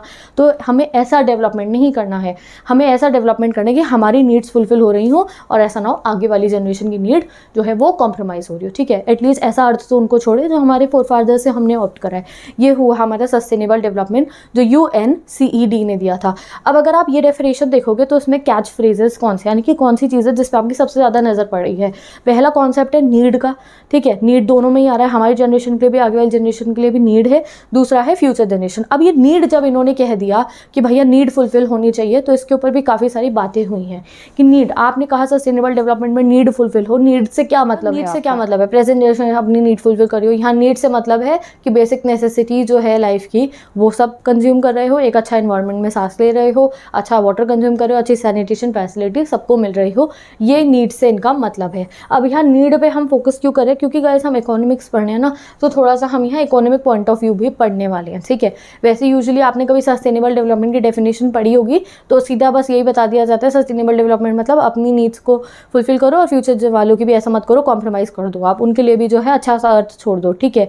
ये हमने नॉर्मली में पढ़ी है, बट यहाँ हम इकोनॉमिक चैप्टर पढ़ रहे हैं तो यहाँ पे हमें सस्टेनेबल डेवलपमेंट का एक और जो है आप कह सकते हो कॉन्सेप्ट बताया गया है, ठीक है। पहला इसके थ्रू बताया, अब दूसरा यहाँ देखो एडवर्ड बार्बियर, इन्होंने और अच्छे से ये नीड को समझाया, ठीक है। उन्होंने ये कहा कि देखो हम कह रहे हैं सस्टेनेबल डेवलपमेंट तब होगा जब हम प्रेजेंट जनरेशन की नीड को फुलफिल कर रहे होंगे, बट अगर हम ग्राउंड लेवल पे जाके देखें तो हमारी प्रेजेंट जनरेशन के हर इंसान की नीड फुलफिल नहीं हो रही है। क्यों? क्योंकि हमारे यहाँ अनइक्विटेबल डिस्ट्रीब्यूशन है रिसोर्सों का। कुछ लोग तो है बहुत ही ज़्यादा अमीर हैं, ठीक है, पता नहीं कितनी गाड़ियाँ उनके पास, वो उनके घर में पता नहीं पानी नहीं है, इतने बड़े बड़े टैंकर लगे होंगे, ठीक है, स्विमिंग पूल भी है। और कुछ लोग ऐसे हैं जिनके पास गाड़ी तो दूर की बात है, एक वक्त रोटी का पैसा नहीं है, उनके घर पे वॉशरूम भी नहीं है, पानी भी नहीं आता। तो हमारी प्रेजेंट जनरेशन में भी नीड जो है सबकी फुलफिल तो नहीं होती, ठीक है, अनइक्विटेबल डिस्ट्रीब्यूशन है रिसोर्सेज का, इसलिए नीड तो सभी की फुलफिल हमारी प्रेजेंट जनरेशन में नहीं हो रही है।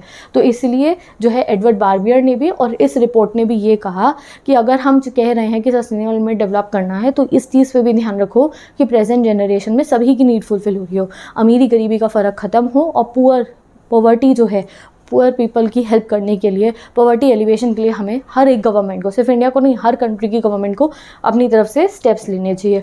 वो कब होगा? तो एडवर्ड बार्बियर के according real meaning sustainable development का क्या था कि जब हम प्रेजेंट जनरेशन को भी ठीक करेंगे, ग्रास रूट लेवल पे जाके चेक करेंगे कि जो पॉवर्टी में लोग रह रहे हैं क्या उनमें कुछ बदलाव आया है या नहीं, क्या उनकी इनकम इंक्रीज़ हुई है या नहीं, क्या उनको एजुकेशन फैसिलिटी मिली है नहीं, कि उन्हें अच्छा वाटर सप्लाई मिल रहा है या नहीं। अगर मिल रहा है तब होगा सस्टेनेबल वे में डेवलप।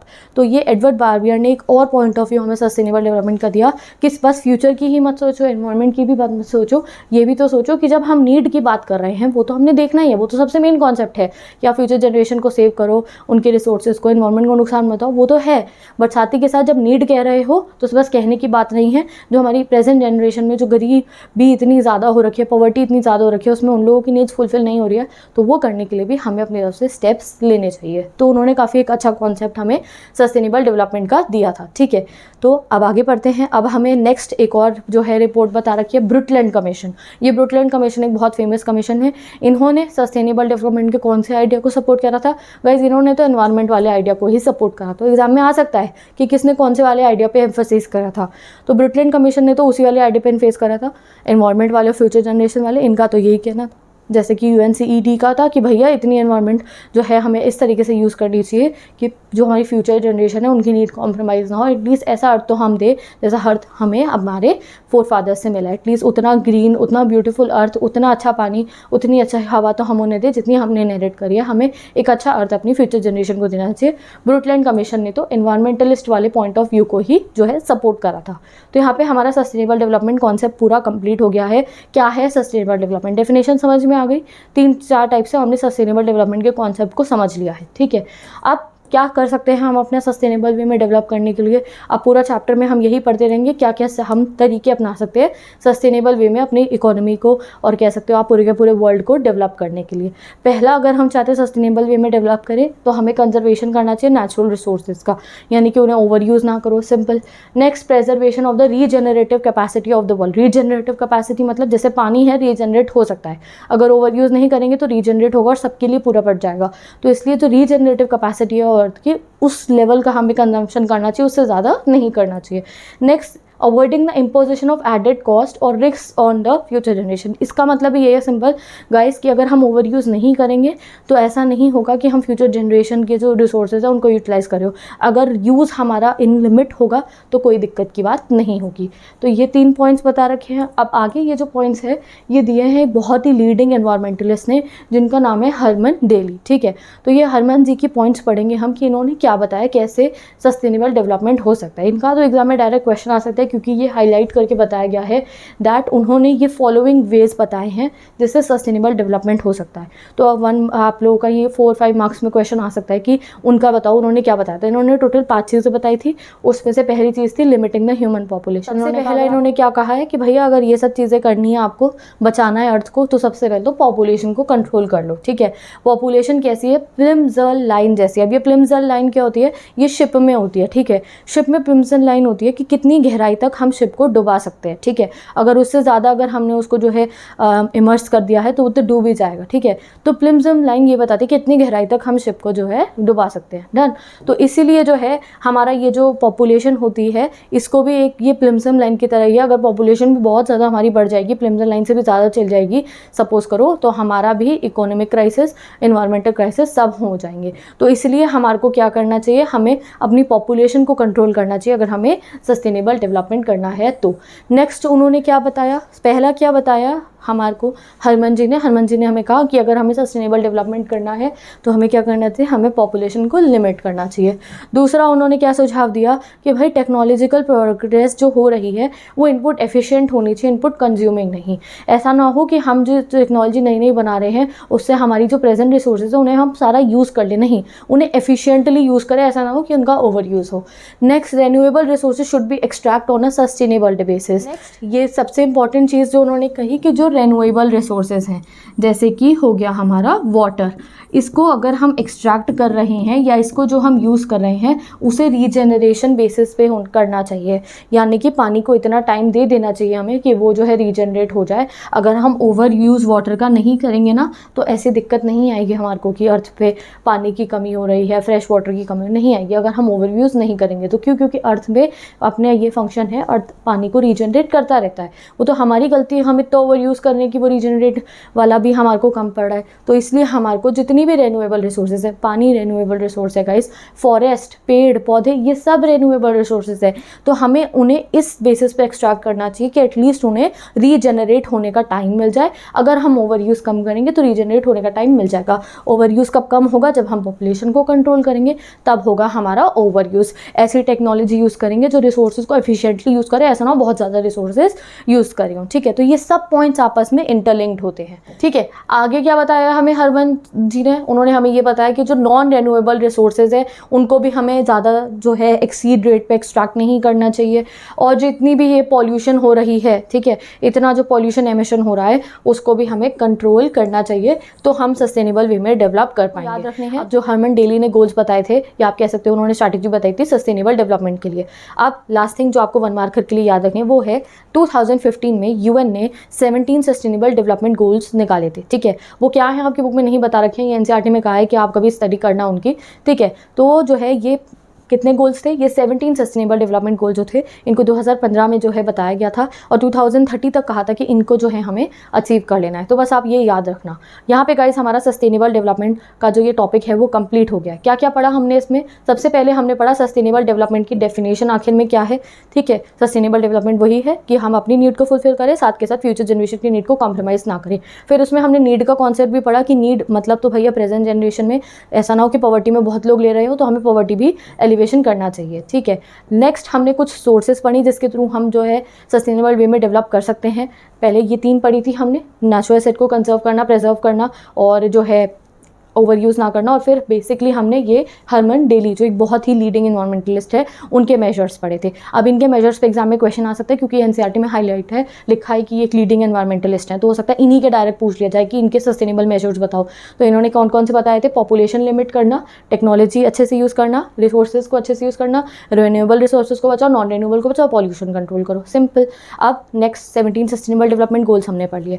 अब आगे कंटिन्यू करते हैं। अब गाइस अब क्या पढ़ना है हमें? अब हमारे को बेसिकली सारे के सारे और तरीके बताए जाएंगे जिससे हम सस्टेनेबल वे में डेवलप कर सकते हैं। हमने ये 6, 7, 8 हमने 10th क्लास वाले चैप्टर में तो हमने और अच्छे से पढ़ा था कि कैसे एनर्जी रिसोर्सेज हमें यूज़ करनी चाहिए कि हमारे यहाँ पॉल्यूशन भी नहीं होगा और हमारी रिसोर्सेज भी बचेंगे। ठीक है, जैसे कि अगर हम विंड एनर्जी को ज़्यादा यूज़ करें, अगर हम सोलर एनर्जी को यूज़ करें तो हमारा जो है अर्थ पे जो एग्जॉस्टिबल रिसोर्सेज है वो बच जाएगी। तो let's study this concept. Continue करते हैं अपने चैप्टर को और अब हमें पढ़ना है स्ट्रैटेजीज फॉर सस्टेनेबल डेवलपमेंट। ठीक है, बेसिकली हम इंडिया के बारे में यहाँ ज़्यादा पढ़ेंगे कि क्या क्या स्ट्रैटेजी हम अपने कंट्री में अपना सकते हैं सस्टेनेबल वे में डेवलप करने के लिए। ठीक है, तो इंडिया जैसे कि आपको पता है हमारी कंट्री में पावर जनरेशन के लिए यानी इलेक्ट्रिसिटी और पावर जनरेट करने के लिए हमारे पास मेनली 2 मेथड है, एक थर्मल मेथड और दूसरा होता है हाइड्रो पावर मेथड। ठीक है, अब दोनों के ही एडवर्स इम्प्लीकेशंस है एनवायरमेंट पे, यानी कि दोनों ही एनवायरमेंट को नुकसान पहुंचा रही है।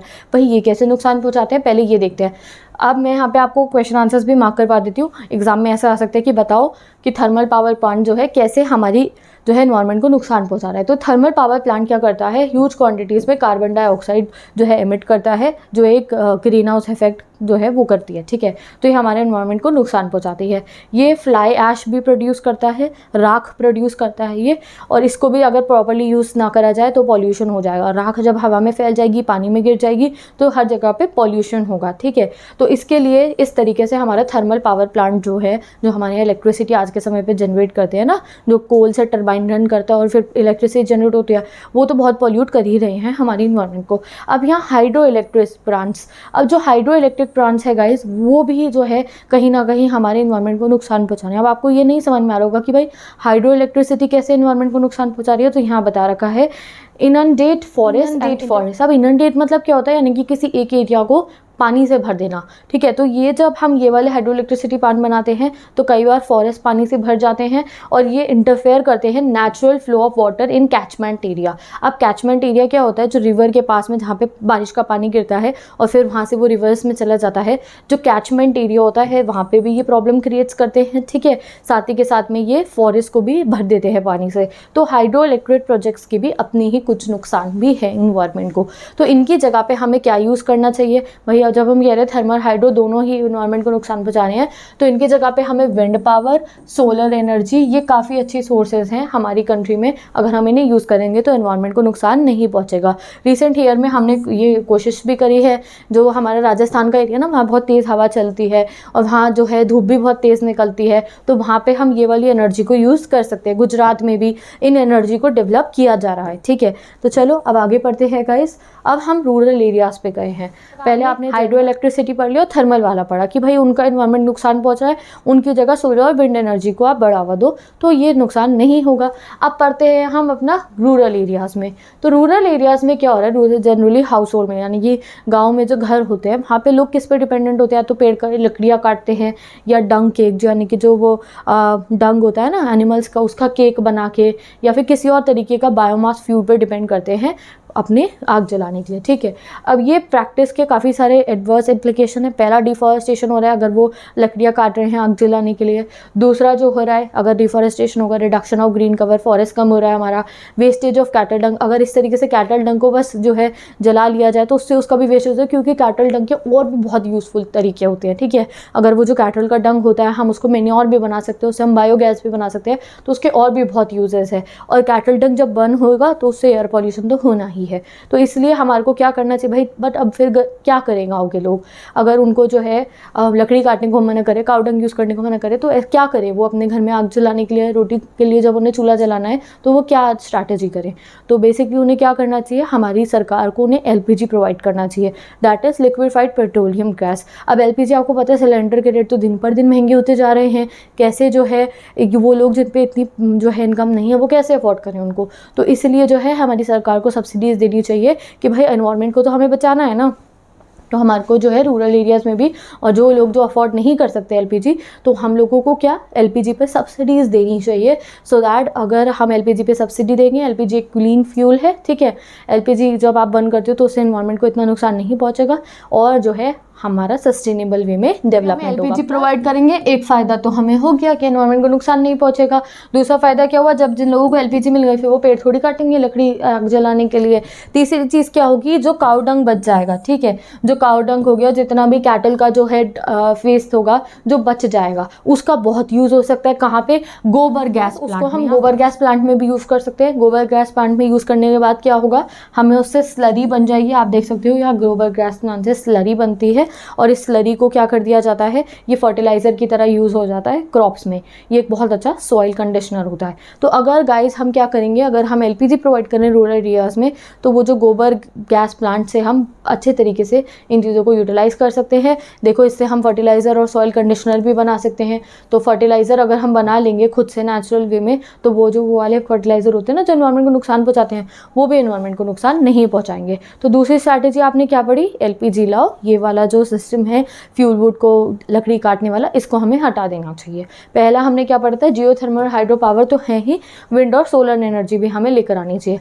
Next CNG in the urban area use करना, कंप्रेस्ड नेचुरल गैस, आपको पता होगा इसके बारे में, सीएनजी यूज़ करनी चाहिए। नेक्स्ट यहाँ बता रखा है हमें विंड पावर, अगर हम विंड पावर पे फोकस करेंगे ना, विंड मिल्स लगा के विंड में एनर्जी जनरेट करेंगे, तो विंड एनर्जी का कोई एनवायरनमेंट पे नुकसान नहीं होता है। और अगर हम विंड पावर जनरेट करेंगे तो हम सस्टेनेबल वे में डेवलप कर पाएंगे। यहाँ बता रखा है कि विंड पावर जो है गाइस, इसकी इनिशियल कॉस्ट तो ज़्यादा होती है, यानी कि जब विंड मिल लगाया जाएगा तो काफ़ी कॉस्ट आ जाती है। बट अगर हम इस तरीके से जो है विंड एनर्जी जनरेट करेंगे तो गाइस हमारा एनवायरनमेंट तो बचेगा ही, और वो सारी कॉस्ट भी हमारी जो है अब्जॉर्ब हो जाएगी अगर हम एक बारी जो खर्चा कर लेंगे विंड मिल लगाने पे, ठीक है। ओके, नेक्स्ट सस्टेनेबल डेवलपमेंट करना है तो सोलर पावर लगाइए। वही चीज़ को डिटेल में बता रखा है। भाई इंडिया में तो वैसे इतनी सनलाइट आती है, हम सनलाइट को कपड़े सुखाने के लिए, ग्रेन सुखाने के लिए, एक्सेट्रा एक्सेट्रा के लिए आज के समय पे यूज़ करते हैं। बट अगर सनलाइट से इलेक्ट्रिसिटी बनाएंगे तो भैया बहुत ही हमारे को फ़ायदा होने वाला है उसका। क्यों? क्योंकि इसका तो कोई एनवायरनमेंट को नुकसान ही नहीं होता है। अगर आपने सोलर पैनल लगा लिया तो एनवायरनमेंट को कोई नुकसान नहीं है। हाँ, इनिशियल कॉस्ट सोलर पैनल लगाने की भी ज़्यादा आती है, बट अगर हम सोलर पैनल्स को यूज़ करेंगे तो हमें बहुत फ़ायदा मिलेगा और एनवायरनमेंट को भी बहुत फ़ायदा मिलेगा। और उन एरियाज़ में जो रिमोट एरिया जहाँ पे वो खंभे लगा के, तारे लगा के हम इलेक्ट्रिसिटी नहीं पहुंचा सकते, वहाँ अगर हम सोलर पैनल्स फिट कर दे तो यस, उनको भी बहुत फ़ायदा मिलेगा। बट रिसेंट ईयर में हमारी कंट्री में सोलर पैनल के ऊपर, यानी कि सोलर पावर जनरेशन के ऊपर काफ़ी फोकस भी करा जा रहा है। और India is also leading an international body called international solar alliance ISA। 1 marker question फिर से आ गया है, ISA की फुल फॉर्म बताओ। तो इंटरनेशनल सोलर अलायंस जो है एक ऐसी बॉडी है, इसको इंडिया लीड कर रही है, यानी कि हम भी पूरी कोशिश करेंगे हम अपनी कंट्री में सोलर एनर्जी को बढ़ावा दे पाए। ओके, अब नेक्स्ट हुआ मिनी हाइडल प्लांट, ठीक है। तो ये तो हाइड्रो एनर्जी से ही रिलेटेड हुआ, वाटर वाली। तो ये बताती हूँ आपको। तो देखो जो माउंटेन एरियाज़ होते हैं जहाँ पे स्ट्रीम्स बह रही होती हैं, जहाँ पे हमारी रिवर्स बह रही होती है, ठीक है, बहुत सारे ऐसे एरिया जहाँ से रिवर्स बहती हुई जा रही है। अगर हम वहाँ पे मिनी टर्बाइंस लगा दें जो इलेक्ट्रिसिटी जनरेट कर पाए तो हमें बहुत फ़ायदा होगा, ठीक है। कि ऑलरेडी वहाँ पे जो है रिवर बह रही है, वहाँ पे एरिया जो है वहाँ पे अगर हम टर्बाइन लगा दें तो वो एक पर्टिकुलर एरिया के लिए इलेक्ट्रिसिटी जनरेट कर पाएगी। सपोज करो 5 गाँव के लिए, 3 गाँव के लिए, उनके पास में या 1-2 शहर के पास में अगर हमने मिनी हाइडल प्लांट लगा दिया तो वो इस तरीके से जितने मिनी हाइडल प्लांट हम लगाएंगे तो जो वो बड़ा वाला प्लांट लगाना पड़ता है हमें, उसकी हमें इतनी ज़रूरत नहीं पड़ेगी। क्योंकि जब बड़ा वाला प्लांट लगाना पड़ता है जो हाइड्रो इलेक्ट्रिसिटी जनरेशन का, तो उसमें काफ़ी ज़्यादा ना लैंड का ज़रूरत पड़ती है, काफ़ी सारे एरिया को क्लियर करना पड़ता है, फॉरेस्ट एरिया को भी, जहाँ पे वो प्लांट लगेगा। बट अगर जहाँ पे हमें जगह मिल रही है, यहाँ माउंटेन्स के पास में जहाँ पे रिवर्स बह रही हैं, जहाँ स्ट्रीम्स बह रही हैं, अगर वहाँ मिनी हाइडल प्लांट लगाना शुरू कर देंगे तो हमारे को क्या होगा, हमारे को वो बड़ा वाला प्लांट नहीं लगाना पड़ेगा। साथ ही के साथ में ये जो मिनी हाइडल प्लांट्स होते हैं ये काफ़ी इन्वायरमेंटल फ्रेंडली होते हैं। इन्वायरमेंटल फ्रेंडली क्यों है? क्योंकि ये लैंड यूज़ पैटर्न को इफेक्ट नहीं करते हैं। जहाँ पे हमें जगह मिल रही है, वहाँ पे जहाँ से ये रिवर फ्लो हो रही है, स्ट्रीम है, उसके पास में अगर हम मिनी प्लांट्स लगा दें जो 2-3, आप मिनिमम मान लो 2-3 गाँव के लिए इलेक्ट्रिसिटी प्रोड्यूस करें, तो भी हमें बहुत फ़ायदा होगा, ठीक है। मिनी हाइडल प्लांट्स लगा देंगे तो वो जो लार्ज स्केल पे टावर की, केबल की जो ज़रूरत पड़ती है ना, टावर और खंभे वंबे लगाने की, वो भी हमें इतनी नहीं पड़ेगी। अगर हम पर्टिकुलर एरिया में मिनी हाइडल प्लांट लगे, वहीं आसपास में हमने इलेक्ट्रिसिटी भेज दी है। तो ये कुछ तरीके हैं जिससे हम अपने यहाँ अच्छे तरीके से सस्टेनेबल डेवलपमेंट कर सकते हैं। ओके गाइस, तो अब पढ़ते हैं ट्रेडिशनल नॉलेज एंड प्रैक्टिसेस। तो यहाँ पे हमें बताया गया कि हमारे इंडिया में पहले ज़माने में इन्वायरमेंट का बहुत ध्यान रखा जाता था, यानी कि हम ऑर्गेनिक वे में फार्मिंग करते थे, बायो कंपोस्ट यूज़ करते थे और ऐसे केमिकल वाले पेस्टिसाइड्स भी नहीं यूज़ करते थे। बट आपको पता है जैसे जैसे इकॉनमी को डेवलप करने का प्रेशर आया, जैसे जैसे हमें फूड सफिशिएंसी ऑब्टेन करनी थी, तो हम ये केमिकल फर्टिलाइजर भी लाए और पेस्टिसाइड्स भी लाए केमिकल वाले, और इनका एनवायरनमेंट को नुकसान पहुंचाया गया। बट जब हमें ये सब तरीके आते हैं, हमारे यहाँ पुराने ज़माने से ये तरीकों को यूज़ करा जाता है, और सिर्फ एग्रीकल्चर में नहीं, ट्रांसपोर्टेशन के लिए भी और वेरियस वे में हम लोग एनवायरनमेंट फ्रेंडली टेक्निक्स को यूज़ करते थे। तो उनमें से कुछ हमें आज के समय पे अपनानी चाहिए जो हमारे एनवायरनमेंट को बचा सकती हैं। पहला यहाँ पे हमें बता रखा है गाइज अबाउट बायो कंपोस्टिंग, यानी कि बायो कंपोस्ट क्या हुआ, यानी कि नेचुरल वे में फर्टिलाइजर बनाना, मैन्योर, जो हमने 6-7 क्लास में एक्टिविटीज़ भी करी थी कि जो घर से भी आप मैन्योर बना सकते हो, कि जो वेजिटेबल के छिलके हो गए और घर का जो आपका ये बायोडिग्रेडेबल वेस्ट है उसको जो है एक जगह पे मिट्टी में दबा देना चाहिए और थोड़े समय में उससे मैन्योर बन जाएगा बहुत अच्छा, जो हमारे प्लांट्स के लिए बहुत फर्टाइल होता है। ठीक है, तो पुराने ज़माने में हमारे यहाँ क्रॉप्स जो के लिए मैन्योर कैसा बनाया जाता था, ऑर्गेनिक मैन्योर। बट जैसे जैसे ये हमारे ऊपर प्रेशर पड़ा, हमें ग्रीन रेवोल्यूशन लाना पड़ा, तो सभी फार्मर्स को क्या यूज़ करना पड़ा, ये वाला केमिकल वाला फर्टिलाइज़र। अब ये केमिकल वाले फर्टिलाइज़र का क्या इफेक्ट पड़ा, कुछ समय तो ये बहुत अच्छा फार्म में प्रोड्यूस लेकर आता है, बट बाद में इसका बहुत एडवर्स इफेक्ट होता है। ये फर्टिलाइजर जाके वाटर बॉडी को भी पॉल्यूट कर देते हैं, ठीक है, क्योंकि इनमें तो केमिकल होते हैं ना तरह तरह के। ये फर्टिलाइजर वाटर बॉडी को कंटामिनेट कर देते हैं। प्लस जब ये फर्टिलाइजर वाली क्रॉप होती है तो वो पानी भी बहुत ज़्यादा मांगती है, तो पानी भी बहुत ज़्यादा यूज़ होता है। तो इसलिए आज के समय पर अगर हम बात करें तो हमारी कंट्री में काफ़ी सारे ऐसे फार्मर्स हैं जिन्होंने फिर से compost made from organic waste लगाना यूज़ कर दिया है, यानी कि उन्होंने ऑर्गेनिक वे में बायो कंपोस्ट बनाना शुरू कर दिया है। और कुछ पार्ट्स हैं हमारी कंट्री के जहाँ पे कैटल, यानी कि गाय, बकरी, भेड़, इन सबको इसीलिए ही रेयर करा जा रहा है। वो लोग इसलिए उनको पाल रहे हैं, रेयर कर रहे हैं, जिससे कि उनका जो डंग होगा, ठीक है, उनका जो वेस्ट मटेरियल होगा, उससे वो क्या बना पाए, उनसे वो मैन्योर बना पाए, बायो कंपोस्ट बना पाए। अब बायो कंपोस्ट बनाने के और भी तरीके होते हैं। पहला तो ये हो गया ना कि एनिमल का जो वेस्ट है उससे बायो कंपोस्ट बन जाएगा। दूसरा तरीका यहाँ बता रखा है अर्थवॉर्म्स। अर्थवॉर्म्स जो है ऑर्गेनिक मैटर को बहुत जल्दी जो है क्या बना सकते हैं, एक बायो कंपोस्ट बना सकते हैं। ये प्रोसेस इंडिया में आज के समय पे काफ़ी यूज़ हो रहा है। ठीक है, तो ये कुछ टेक्निक्स है जिससे हम अपने एनवायरनमेंट को बचा सकते हैं। वो केमिकल वाला फर्टिलाइजर यूज़ ना करेंगे, हम क्या करेंगे, अगर ऑर्गेनिक वे में फर्टिलाइजर बनाएंगे, अपना मैन्योर बनाएंगे, बायो कंपोस्ट बनाएंगे, तो इससे एनवायरनमेंट को भी नुकसान नहीं पहुंचेगा और हमारा सस्टेनेबल वे में डेवलप होगा हमारी कंट्री। ठीक है, नेक्स्ट पढ़ते हैं हम अपना बायो पेस्ट कंट्रोल। तो यही बात गाइज आपको सिमिलर बता रखी है यहाँ पे कि आज के समय पे क्या हो रहा है, ग्रीन रेवोल्यूशन की वजह से हमें ये केमिकल वाले फर्टिलाइजर और पेस्टिसाइड यूज़ करने पड़े। तो इसका एक फ़ायदा तो हुआ कि यील्ड बढ़ी, काफ़ी सारी क्रॉप्स उगनी शुरू हो गई, बट धीरे धीरे इसके एडवर्स इफेक्ट दिखने शुरू हो गए। आपने कभी सुना है सब्जियाँ बड़ी मिलावटी आ रही हैं, आजकल फ्रूट्स पहले जैसे नहीं आते? ये बात आपने अपने घर में कभी कॉमन सुनी होगी, पहले जैसी सब्जियाँ नहीं आती हैं। अब आजकल की सब्जियों में ऐसा लगता है कि कुछ अलग है, फर्टिलाइज़र डले होते हैं। ठीक है, तो एग्जैक्टली यही है कि जब ये केमिकल्स पड़ते हैं तो हमारा जो कुछ भी खाना, जो अगर आप सिंपल ऑर्गेनिक वाला नहीं खरीद रहे हो, तो उनमें जो है देखी जाती है ये चीज़। ठीक है, तो आज के समय पे हमारा फूड भी कंटामिनेट हो गया है, और जो ये फर्टिलाइजर्स होते हैं ये कल बाद में बह के पानी में भी गिर जाते हैं, तो हमारा पानी भी कंटामिनेट हो रहा है। Even milk, meat, fishes were found to be contaminate. इतना ज़्यादा हमारे यहाँ फर्टिलाइजर यूज़ होने लग गया कि जो मिल्क है, मीट है, फिशेज है, इनमें भी कंटामिनेशन देखा गया है। तो इसलिए इस चैलेंज को कंट्रोल करने के लिए हमारे पास सबसे बेस्ट मेथड क्या है कि हम क्या यूज़ करें, एक तो वही मैन्योर, और दूसरा हम करें जो है हमारा traditional method of pest control. अब ये पेस्ट क्या होता है गाइस, देखो जब फसल उग रही होती है तो उसमें बहुत खतरा होता है कीड़े लगने का या फिर उनको नुकसान पहुंचने का अलग अलग टाइप तरीक़ों से। तो पेस्टिसाइड्स डाले जाते हैं फसलों में जिससे कि उनको कीड़ा ना लगे। अब वो पेस्टिसाइड्स केमिकल होते हैं तो उसका एडवर्स इफेक्ट पड़ता है अलग अलग तरीक़ों का। ठीक है, कि वो फसल उगेगी तो उसमें पेस्टिसाइड है और वो कल को पानी में मिल जाएगा। तो अगर हम नेचुरल वे में पेस्टिसाइड्स बनाएं अपने, ठीक है, प्लांट बेस्ड के बनाएं, जैसे नीम, ठीक है, नीम जो है उसके बेसिस पे अगर हम पेस्टिसाइड बनाएंगे तो उसका कोई आपको नुकसान नहीं पहुंचेगा, आपकी हेल्थ को भी नहीं, ना ही फसलों को नुकसान पहुंचेगा, ना ही वो कल को पानी में गिरेंगे तो उन्हें नुकसान पहुंचेगा। तो पहला आप कंपोस्ट का पढ़ चुके ना कि केमिकल फर्टिलाइजर हटा के मैन्योर बनाना चाहिए, बायो कंपोस्ट। दूसरा, आप केमिकल वाले पेस्टिसाइड्स हटा के नेचुरल पेस्टिसाइड नीम से बनाने चाहिए। और भी बहुत टाइप की हमारे यहाँ पे पेस्टिसाइड्स कंट्रोल करने की टेक्निक्स है, जैसे कि अगर हम मिक्स्ड क्रॉपिंग पैटर्न यूज़ करेंगे, अगर वो फार्मर्स जो है एक साल में जो है 2 अलग अलग टाइप की क्रॉप्स उगाएंगे या कुछ मीन टाइम के बाद अलग अलग टाइप की क्रॉप्स उगाएंगे, तो भी पेस्टिसाइड्स कंट्रोल करने में हमें हेल्प मिल सकती है। नेक्स्ट चीज़ क्या है गाइज, अवेयरनेस बढ़ाई चाहिए कि कुछ ऐसे एनिमल्स और बर्ड्स होते जैसे कि स्नेक जो है, आउल जो कि आउल, पिकॉक, ये क्या करते हैं, ये पेस्ट और वर्मेंस जो होते हैं ना उनको खा जाते हैं।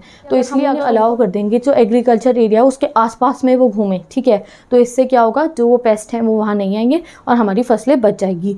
Lizards are also important in this regard. तो ये भैया याद रखना कि पेस्टिसाइड्स वाले एरिया में हमें क्या करना चाहिए, या तो नीम के पेस्टिसाइड बनाओ या फिर ये सब एनिमल्स, ये सब क्रीचर्स हमारे जो हैं, लिजर्ड, स्नेक और ये हमारा पीकॉक और आउल, जो इस तरीके के पेट्स को प्रे करते हैं, उन्हें खा जाते हैं। तो अगर इनको हम आसपास में जो खेत हैं उनके आसपास के एरिया में छोड़ देंगे तो वहाँ पे जो है रैट और ये वर्मेंट्स जो है वो आएंगे ही नहीं। तो ये कुछ हमारे पास टेक्निक्स हैं कि हम कम पेस्टिसाइड्स यूज़ करें, अपनी हेल्थ को भी बचाएं और एनवायरनमेंट को नुकसान होने से भी बचाएं।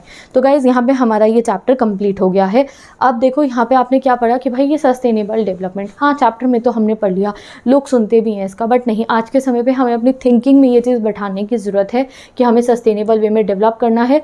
क्योंकि गाइस अगर हम नहीं करेंगे तो वी नो कि हम अपने फ्यूचर जनरेशन को भी नुकसान पहुंचा रहे हैं और अपने एनवायरनमेंट को भी बहुत नुकसान पहुंचा रहे हैं। ठीक है, हमारा ये चैप्टर कंप्लीट हो गया है और अब हम एक बार इस चैप्टर को कंक्लूड करते हैं। बेसिकली आपने सबसे पहले चैप्टर में क्या पढ़ा, एनवायरनमेंट क्या है, व्हाट इज़ एनवायरनमेंट, पूरा उसका फंक्शंस पढ़े। और एनवायरनमेंट तो फंक्शन अच्छे से परफॉर्म करती है अगर हम पॉपुलेशन ग्रो नहीं करें और उसे ओवर यूज़ ना करें। ठीक है, यही चीज़ हमने समझी कि जब जब हमारा डेवलपमेंट हो रहा है तो उससे क्या हो रहा है, एनवायरनमेंट के ऊपर हम प्रेशर डाल रहे हैं बहुत ज़्यादा। पहले ज़माने में ऐसा नहीं था, जितना हमें नीड थी उतना हमारा एनवायरनमेंट हमारे लिए प्रोड्यूस करी थी, बट हमारी अब डिमांड इतना ज़्यादा बढ़ गई है रिसोर्सेज की और वेस्ट जनरेट करना इतना शुरू कर दिया कि हमारी एनवायरनमेंट ना ही उस वेस्ट को एसिमुलेट कर पा रही है, ना ही हमारी उस डिमांड को पूरा कर पा रही है। इसलिए हम एनवायरमेंटल क्राइसिस में है। अब ऐसी एनवायरमेंटल क्राइसिस में सिर्फ इंडिया नहीं, ऑल ओवर द वर्ल्ड की सिचुएशन है। तो हमने क्या अपनानी चाहिए, sustainable development technique. Sustainable development के अलग अलग मीनिंग जितनी हमारी एनसीईआरटी बुक में गिवन है वो मैं आपको बता चुकी हूँ। हमें कैसे सस्टेनेबल डेवलपमेंट ऑप्ट करनी चाहिए, हरमन जी ने जो 5 तरीके बताए थे वो भी बता दिए हैं। फिर इंडिया में हम कैसे सस्टेनेबल वे में डेवलप कर सकते हैं हमने वो भी पढ़ लिया कि थर्मल हाइड्रो इलेक्ट्रिसिटी की जगह विंड और सोलर एनर्जी करनी चाहिए। गांव में जो है काउ डंग जलाने की जगह एलपीजी प्रोवाइड करनी चाहिए, सीएनजी यूज़ करनी चाहिए। और last but not the least जो हमारा एग्रीकल्चरल मेथड है वहाँ पे हमें केमिकल फर्टिलाइजर की तरह बायोकम्पोस्ट यूज़ करना चाहिए और केमिकल पेस्टिसाइड्स की जगह हम नीम पेस्टिसाइड्स और एनिमल्स को जो है वहाँ पे यूज़ करेंगे तो हम जो है एक इन्वायरमेंटल फ्रेंडली वे में अपना डेवलपमेंट कर सकते हैं। तो यहाँ पे ये चैप्टर गाइस हमारा कंप्लीट। आई होप चैप्टर बढ़िया तरीके से आपको समझ में आ गया होगा। और with this I am ending this video. बस आखिरी चैप्टर बचा है हमारी इस बुक और फिर पूरी बुक जो है कंप्लीट हो जाएगी। ऐसे अगर आपको बाकी चैप्टर्स पढ़ने हैं प्लेलिस्ट गिवन है, अगर कोई क्वेश्चन आंसर्स पढ़ने हैं तो उसकी भी प्लेलिस्ट गिवन है इकोनॉमिक्स के इंपॉर्टेंट क्वेश्चन आंसर्स की। और गाइस अगर आपको नोट्स चाहिए इंपॉर्टेंट क्वेश्चन से, सिर्फ इकोनॉमिक्स के ही नहीं, मैक्रो इकोनॉमिक्स के भी, इंग्लिश के भी, फिजिकल एजुकेशन के हुए, और मैं अपने चैनल पे ह्यूमैनिटीज़ के भी सभी सब्जेक्ट पढ़ाती हूँ, political science, history, geography, sociology, psychology, सभी सब्जेक्ट के इंपॉर्टेंट क्वेश्चन हो नोट्स चेक करने हैं, सैम्पल पेपर के अकॉर्डिंग क्वेश्चन आंसर चेक करने हैं। सभी के लिए मेरी इंस्टाग्राम आईडी का लिंक गिवन है, वहाँ से जाके आप फ्री में नोट्स एक्सेस कर सकते हो। कोई क्वेरीज है तो भी पूछ सकते हो और लिंक सभी गिवन डिस्क्रिप्शन बॉक्स में। Go and check out. Best of luck. मैं मिलूंगी आपसे।